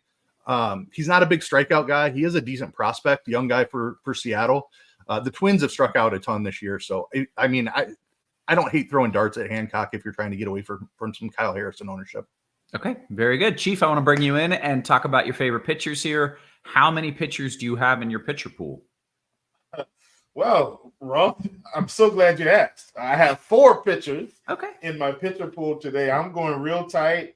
Yeah. I am running 150 lineups today, and I've got massive exposure to Kyle Harrison. Probably the most uncomfortable amount this might be the most uncomfortable amount I'm going to have this season on a guy this cheap. Mm-hmm. It's really just the slate, and I think I'm really loaded up on some of these bigger offenses like Houston, like the Cubs, like the Dodgers. So, and I know we're not at that point yet, but so I've got 63% Harrison. So that's, we're projecting him around 21%. So if that tells you anything, I'm pretty much, 2 times the field essentially, but 66% more than the field, 44% more than the field calculated. But yeah, Harrison, I've got at 63. Bailey Ober is my next guy down. I'm pretty much double the field on him. I'm pushing 60. And then I've got Yamamoto where I'm about right at the field. And I've got Ronaldo Lopez where I'm pretty much double the field as well. So those are my 4. Harrison, Ober, Yamamoto, Lopez, and that's on DraftKings. Mm-hmm. I considered Lugo. I considered Heel. I considered those guys, and I just sat back and I said, wait a minute. If Seattle's really bad tonight, like they have been, and the Rockies are really bad yet again, like they have been, and the Marlins are really bad, like if I've got those main guys, and then Boston has had their share of strikeouts this year with Lopez. If I just attack those 4 bad offenses, I'm bound to get 3 out of the 4 right in my mind. And so I just decided to keep a really tight pool today, get rid of guys that I felt like were fringe, like Heels at 30-something%, like Keith said. And I think he's the ultimate tournament play, but I'm just going to side with Houston on a small slate. They can score 12 runs on anybody. So I decided to sided with the offense versus the pitcher today, and that's how I ended up with 4. Okay, very good. Interesting stuff. Very different approaches, I feel like. We should note, today, by the way, is Tourney Tuesday, so you can go ahead and join the tournament that is ongoing right now. It is in our live stream chat. I'm reading this slowly as it scrolls. Make it scroll faster. It's in our live stream chat channel on Discord. If you come in first and you have our logo, you win a week of RG Premium. If you win and have our logo, right? Yeah, I got that. Okay. 2 weeks if you have the make logo. sure you do. Say what? Is it 2 weeks if you have the logo? I thought that's what Dean said in the last show. Oh, yeah, if you have the RG logo in your company, if you have our new logo, you get 2 weeks. If you just win, you get 1. Okay, thank you. All right, that was very helpful. By the way, what on earth were you just rocking a jersey? Can you? Is this in real life? No, just a tank top. Okay, all right. Okay, I'll allow it. Oh, a Naruto tank. Okay. All right. Let's talk about some of the bats and some of the stacks. And Chief, you can go first because it is clear that you've got the money to spend. So I'm assuming you're getting after some of these big teams, big stacks. Yeah, and are we just talking stacks, Roth? Or do we want to get into? Is that what we're talking about right now? Yeah, let's just stick with stacks for now, and then we'll go around the horn. Okay, yeah. So in terms of stacks, and let me get to my stack summary here. Hold on a second. So I attempted. Let me tell you, I attempted to get about 5 stacks and go over the field. That was Houston, Chicago beating the Cubs, Kansas City, the Mets, and San Francisco. And you guys know I never really stack Coors, so that should tell you how I feel about this spot. Like I never stack Coors, but I figured with everybody on the Chicago game, I actually am going to get them under owned today, for this matchup with Hudson. So I decided that I was going to get involved in that. So that was, what I attempted. And then in terms of, what I actually got, I got a fair amount of Cubs in 4-man stacks at about 26%, 24 for Kansas City, 24 for San Francisco, 22 for the Mets, 22 for Cleveland. And then I got a couple sprinkles here, like 6% for Minnesota, 4% for St. Louis. Those are the main ones. And I did get a couple Yankees as well. But my main stacks, I've got more exposure to Chicago, Kansas City, and the Mets actually overall, just in terms of overall ownership, than any other stacks. Chicago, the Cubs, Kansas City, and the Mets. That's those are my top 3 in terms of what I have exposure to. Okay, Ice, you want to talk some of your favorite stacks? And do you need to go cheaper with your stacks based on your pitching pool, or not really because you're mixing it up? The Cubs are pretty cheap, honestly. Like the Giants are expensive, as they should be in Coors, but the Cubs are actually reasonably priced. Bellinger coming back today did raise the price of the stack a little bit, but like Morel's down at like 4,400, and everybody else is right around 4K and under. So the Cubs are cheap. They're my team tonight. Just playing that wind, good matchup against a low strikeout pitcher.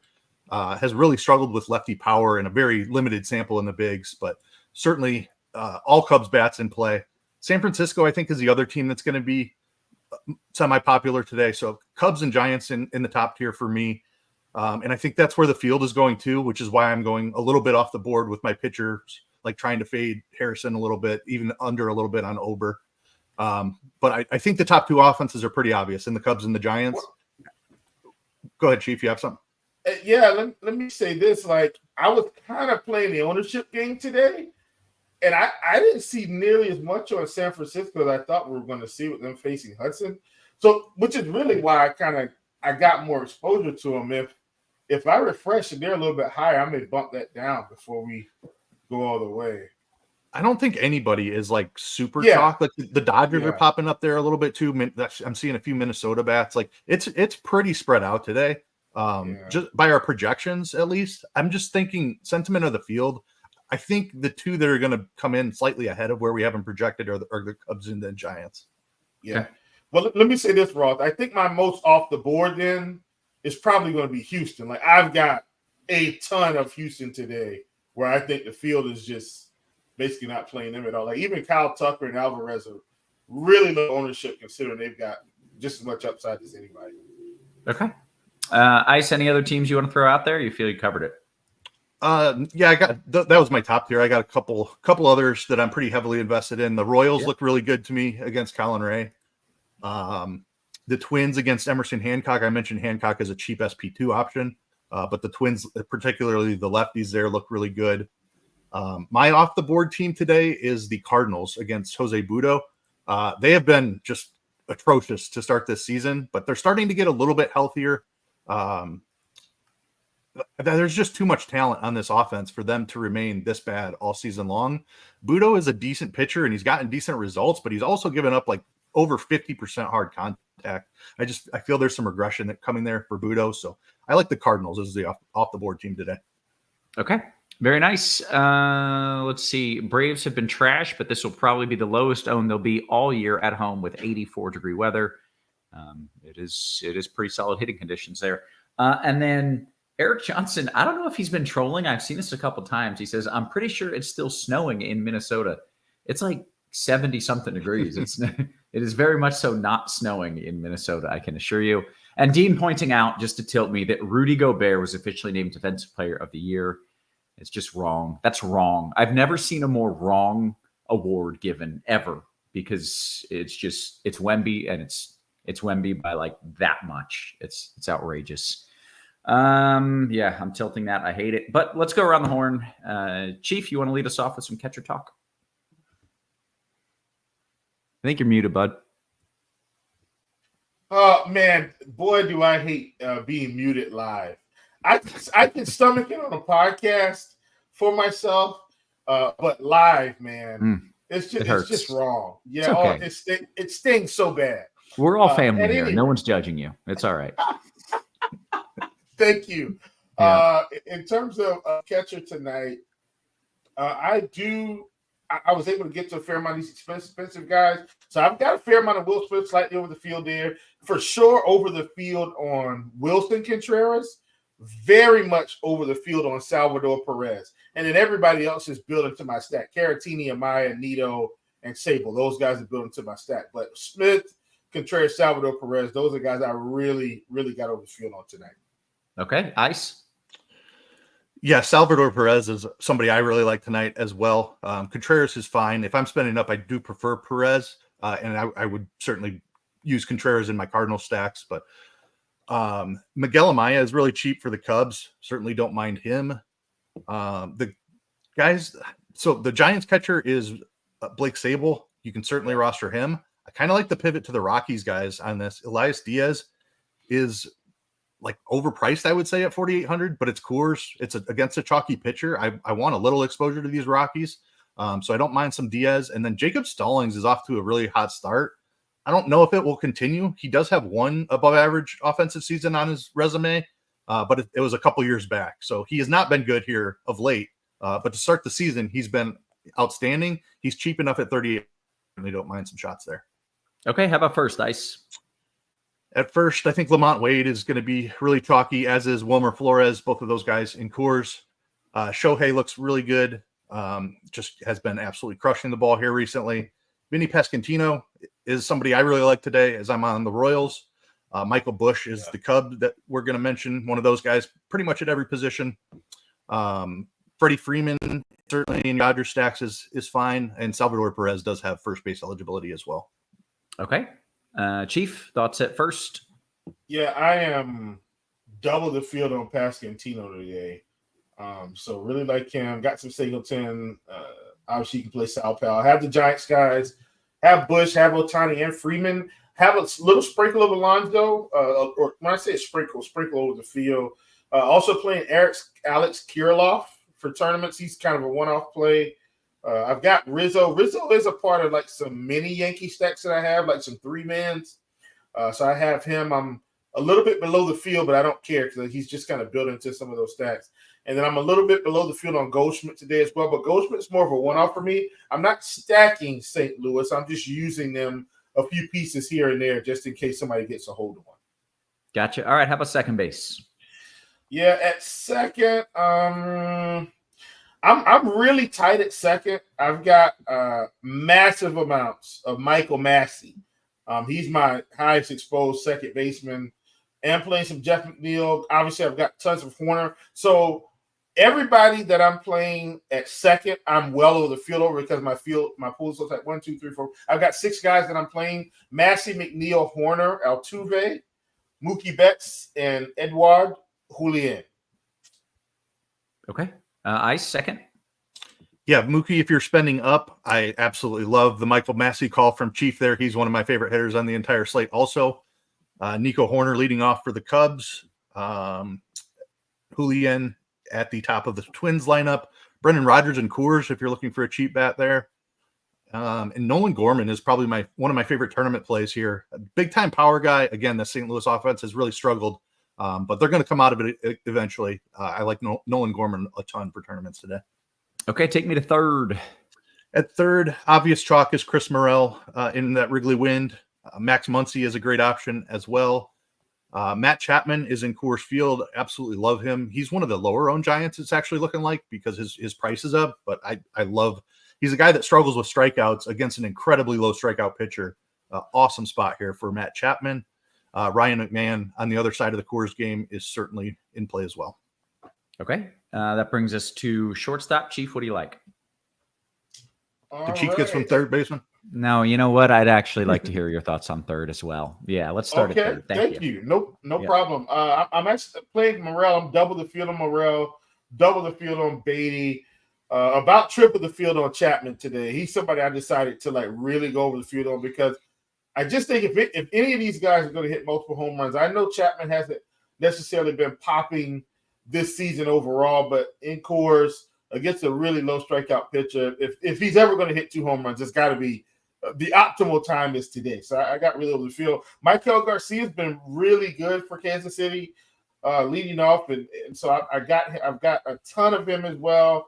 I was shocked that I got so much Bregman. I've got a ton of Bregman today. Now, once again, this is me saying I'm playing tons of Houston when nobody else is doing it today. So that's why I've got so much Bregman. We've got Bregman projected for about 3%. I'm at 15, if that tells you anything. Tons. I've got not tons, slightly over the field on Max Muncy, and then a little over double the field on Nolan Arenado, but that's not saying much because we've only got him projected for around 4%. But I do have a fair amount of him. And once again, with the Cardinals, I'm in more of a one-off to probably 2-man territory, not stacking them, just using them as one-off. Okay, how about shortstop? All right, at shortstop, I have a very uncomfortable amount of Nick Ahmed. It sucks so bad, but I'm just going to leave it. I've got Dansby Swanson, a ton of him. Jeremy Pena, another one of those Houston guys that I have. Lindor, obviously I can play Mookie Betts. I obviously have a ton of Bobby Witt, and I decided to match the field on Carlos Carrasco.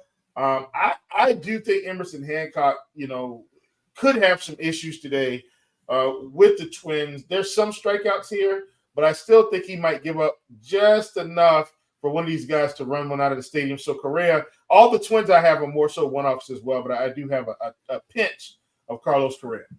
Okay, very good. Ice, back to you now with your thoughts at short. Yeah, Mookie and Bobby Witt at the top are both phenomenal options. The shortstop's not as deep of a position as we're generally used to. So I don't hate Chiefs' idea of just going down to Ahmed in Coors. A guy that I really like in the mid-range is Ha-Seong Kim, who has been really good against lefties. Imanaga has been an awesome pitcher this season, but he's a huge fly ball guy. He probably gives up a home run or two today. I don't think the Padres are necessarily going to beat him up, but like he's been really lucky with his home run to fly ball rate so far this season. I think this is a day we might see some regression there. Kim against the lefty, I really like in the mid range. Adames has some power. We talked about the weather in Chicago. Like if you're giving up fly balls and a 75-degree day when the winds are blowing out, like that can definitely be trouble. Yeah, absolutely. He could also strike out a bunch of guys. So I'm not like overly interested in a bunch of Padres, but Kim is certainly somebody that I do have some interest in. Okay. Any other names? Sorry, I just cut you off just to like basically agree with you, which is silly. No, that covers it at short. Okay, very good. Then let's go to the outfield, the good stuff. Yeah, tons of good stuff here. Giants and Cubs again. Jung-Hoo Lee leading off for the Giants. Yastrzemski, Yazar Badewski at the 6th hole there. Cody Bellinger's return. Lefties against Vasquez look to be in fantastic spots in this Wrigley win. Tauchman is too cheap at 3,900. Ian Happ is down at 4,300 on DK. Really like him. He's cheap on FanDuel as well, I believe.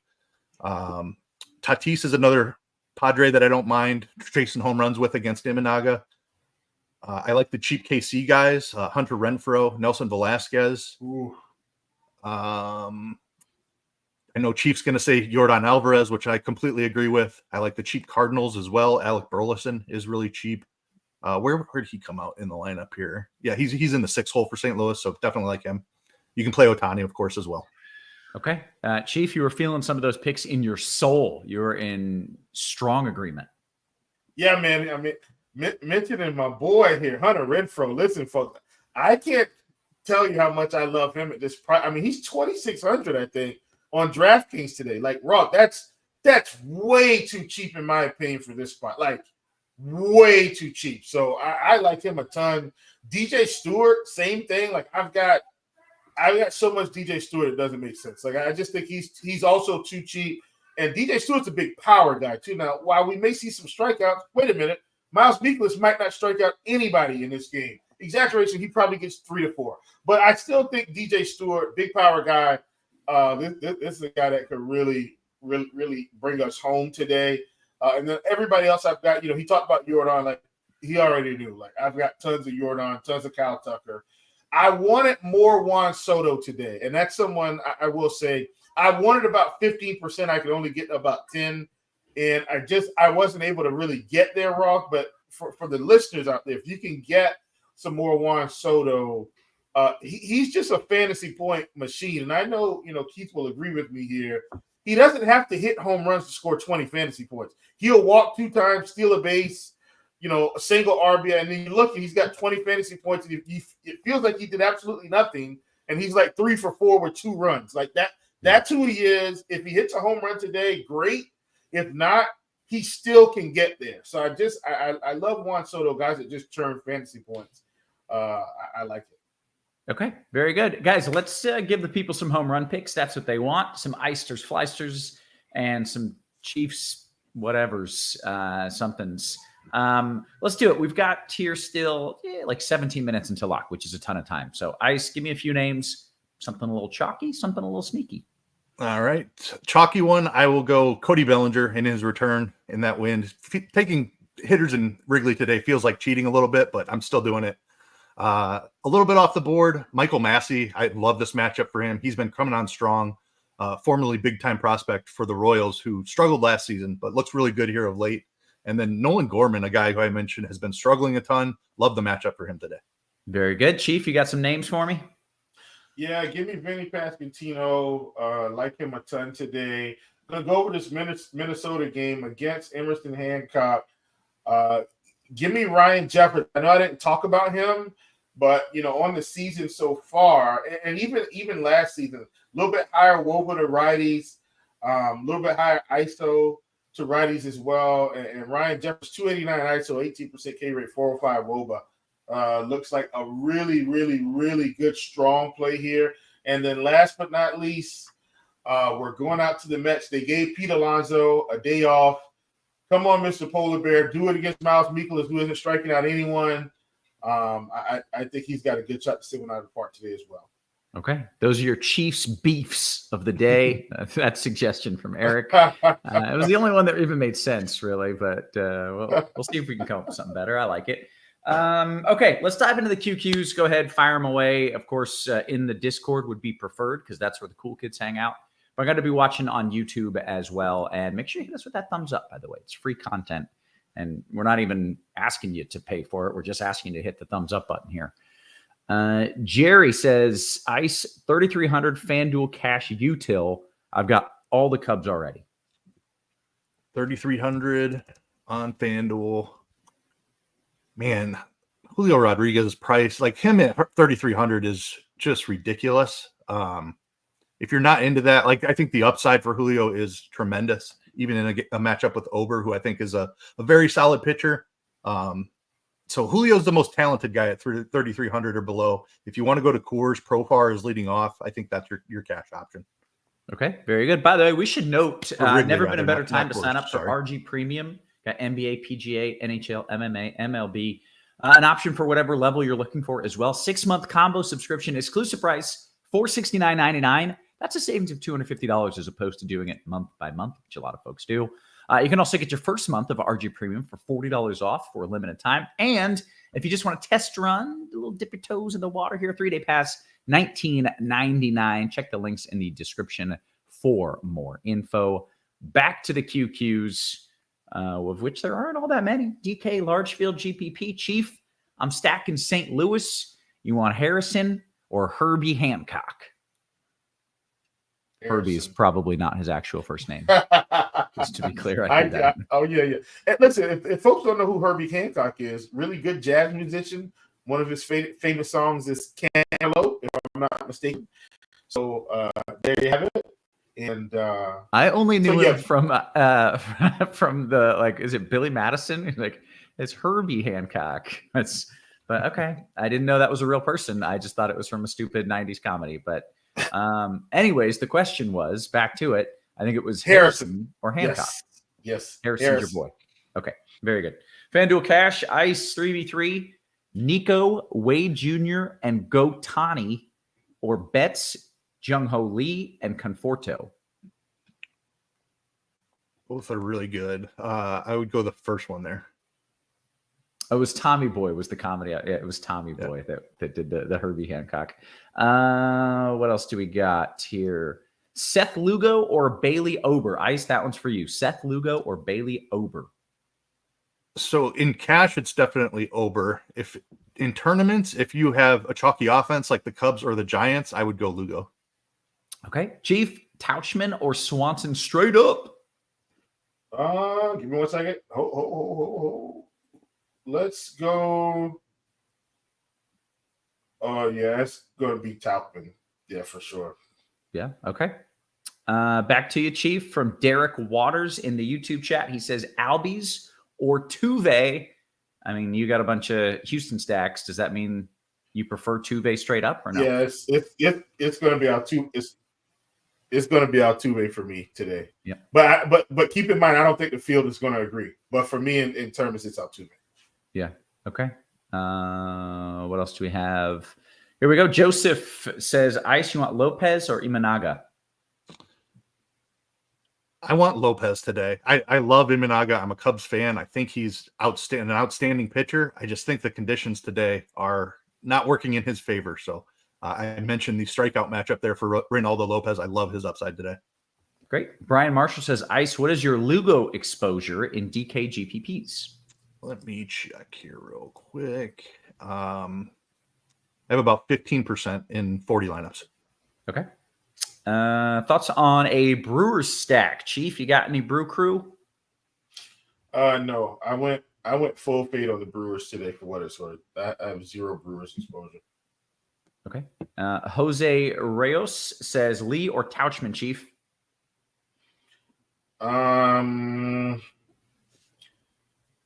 That was really close.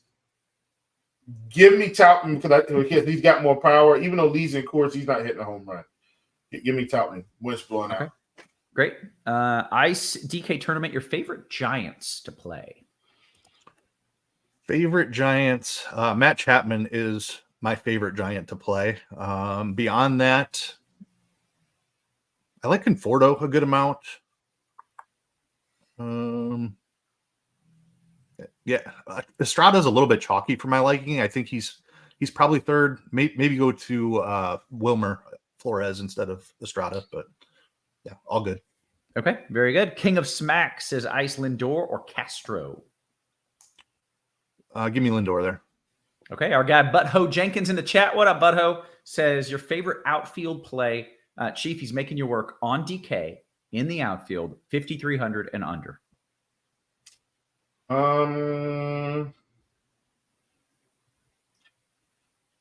Give me 1 second. I'm checking here. Yeah, you're good. Trying to get there. 53.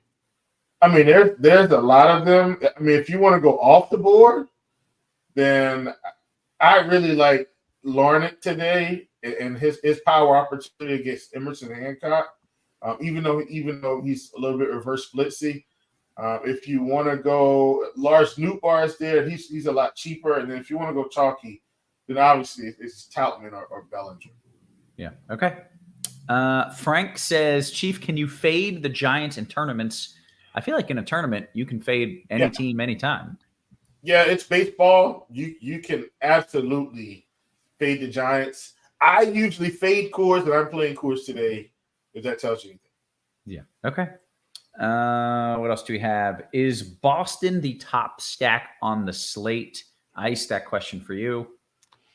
Maybe he's talking about NBA, because it's definitely not MLB. I was going to say, Ronaldo Lopez, who they're facing, has a better chance to be the top scoring pitcher on the slate over Yamamoto than Boston has to be the best stack, in my opinion. Okay. All right. Daryl George coming all the way from South Carolina, much like our guy Chief, says Yahoo GPP, would it be wise to use the Yankees as a leverage stack against the chalky Cubs and Coors Field? I don't really know if that's leverage stack or not, but would it be wise to play the Yankees? Ice? Was that? Oh, Ice, okay. Yeah, sure. I mean, I don't hate it. I don't know where the direct leverage is necessarily, other than just on the ownership of the Cubs. I don't know. Verlander's I still think Verlander has something left in the tank. I know he's over 40 now, and the strikeouts are definitely down, but I still have respect for Verlander. So I'm not on Yankees, but I don't hate it. Okay.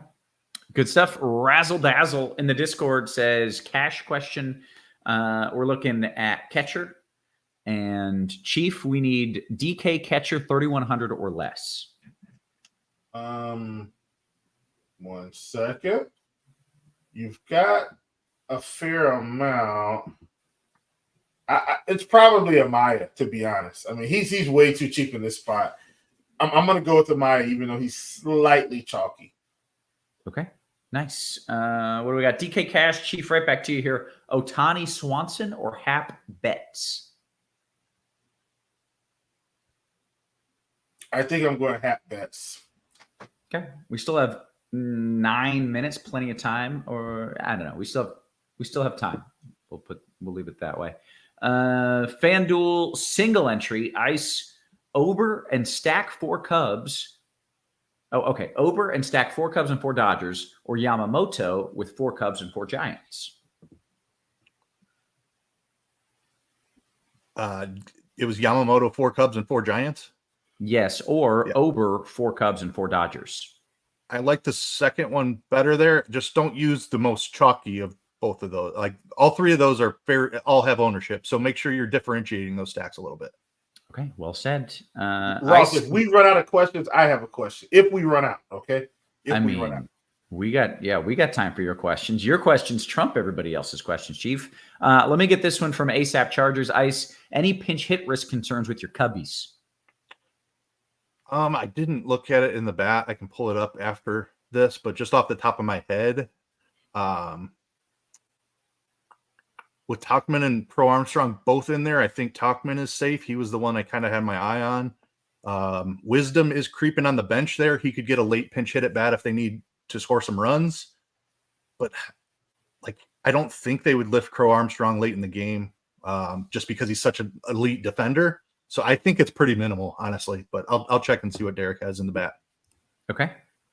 Chief, what do you got for me as far as you said you had a question or a thought? Let's hear it. Well, I think my question was, Keith, for you, and you can answer this in the most basic way. Like, what's kind of your deal breaker or tiebreaker when you're trying to select best? I think it's important to know kind of how we think and how we process. For me, it's lowest strikeout rate, highest ISO. Like, I kind of go strikeout rate, ISO, stuff like that down the line. If I'm kind of deciding between two, do you kind of have a formula for yourself? Because that's kind of my formula. Like, if you're gonna, like if you ask me Taubman or Lee, well, Lee, they're both about the same, but today Taubman's in a better power spot. So, what's kind of your default and kind of how you process it out? Yeah, ISO, if I'm just looking at stats, ISO is definitely the first thing that I look at because I think that correlates best to upside and home runs. Barrel rate is a newer statistic. If you're not familiar with that, a StatCast, that is a very similar thing to ISO. So those are the first two I look at. And then strikeout rate is definitely right next on the list.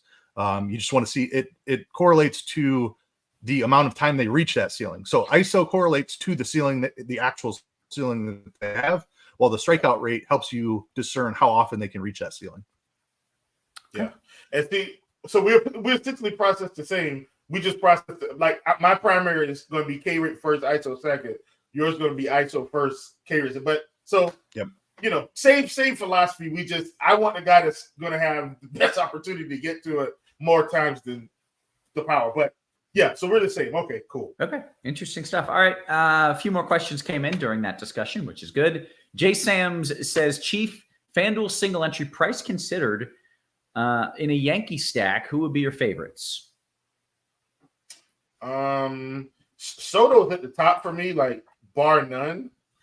And then after that, I'm just kind of an Anthony Rizzo fan, so I'm not going to bring him up because I'm a little bit partial to Rizzo.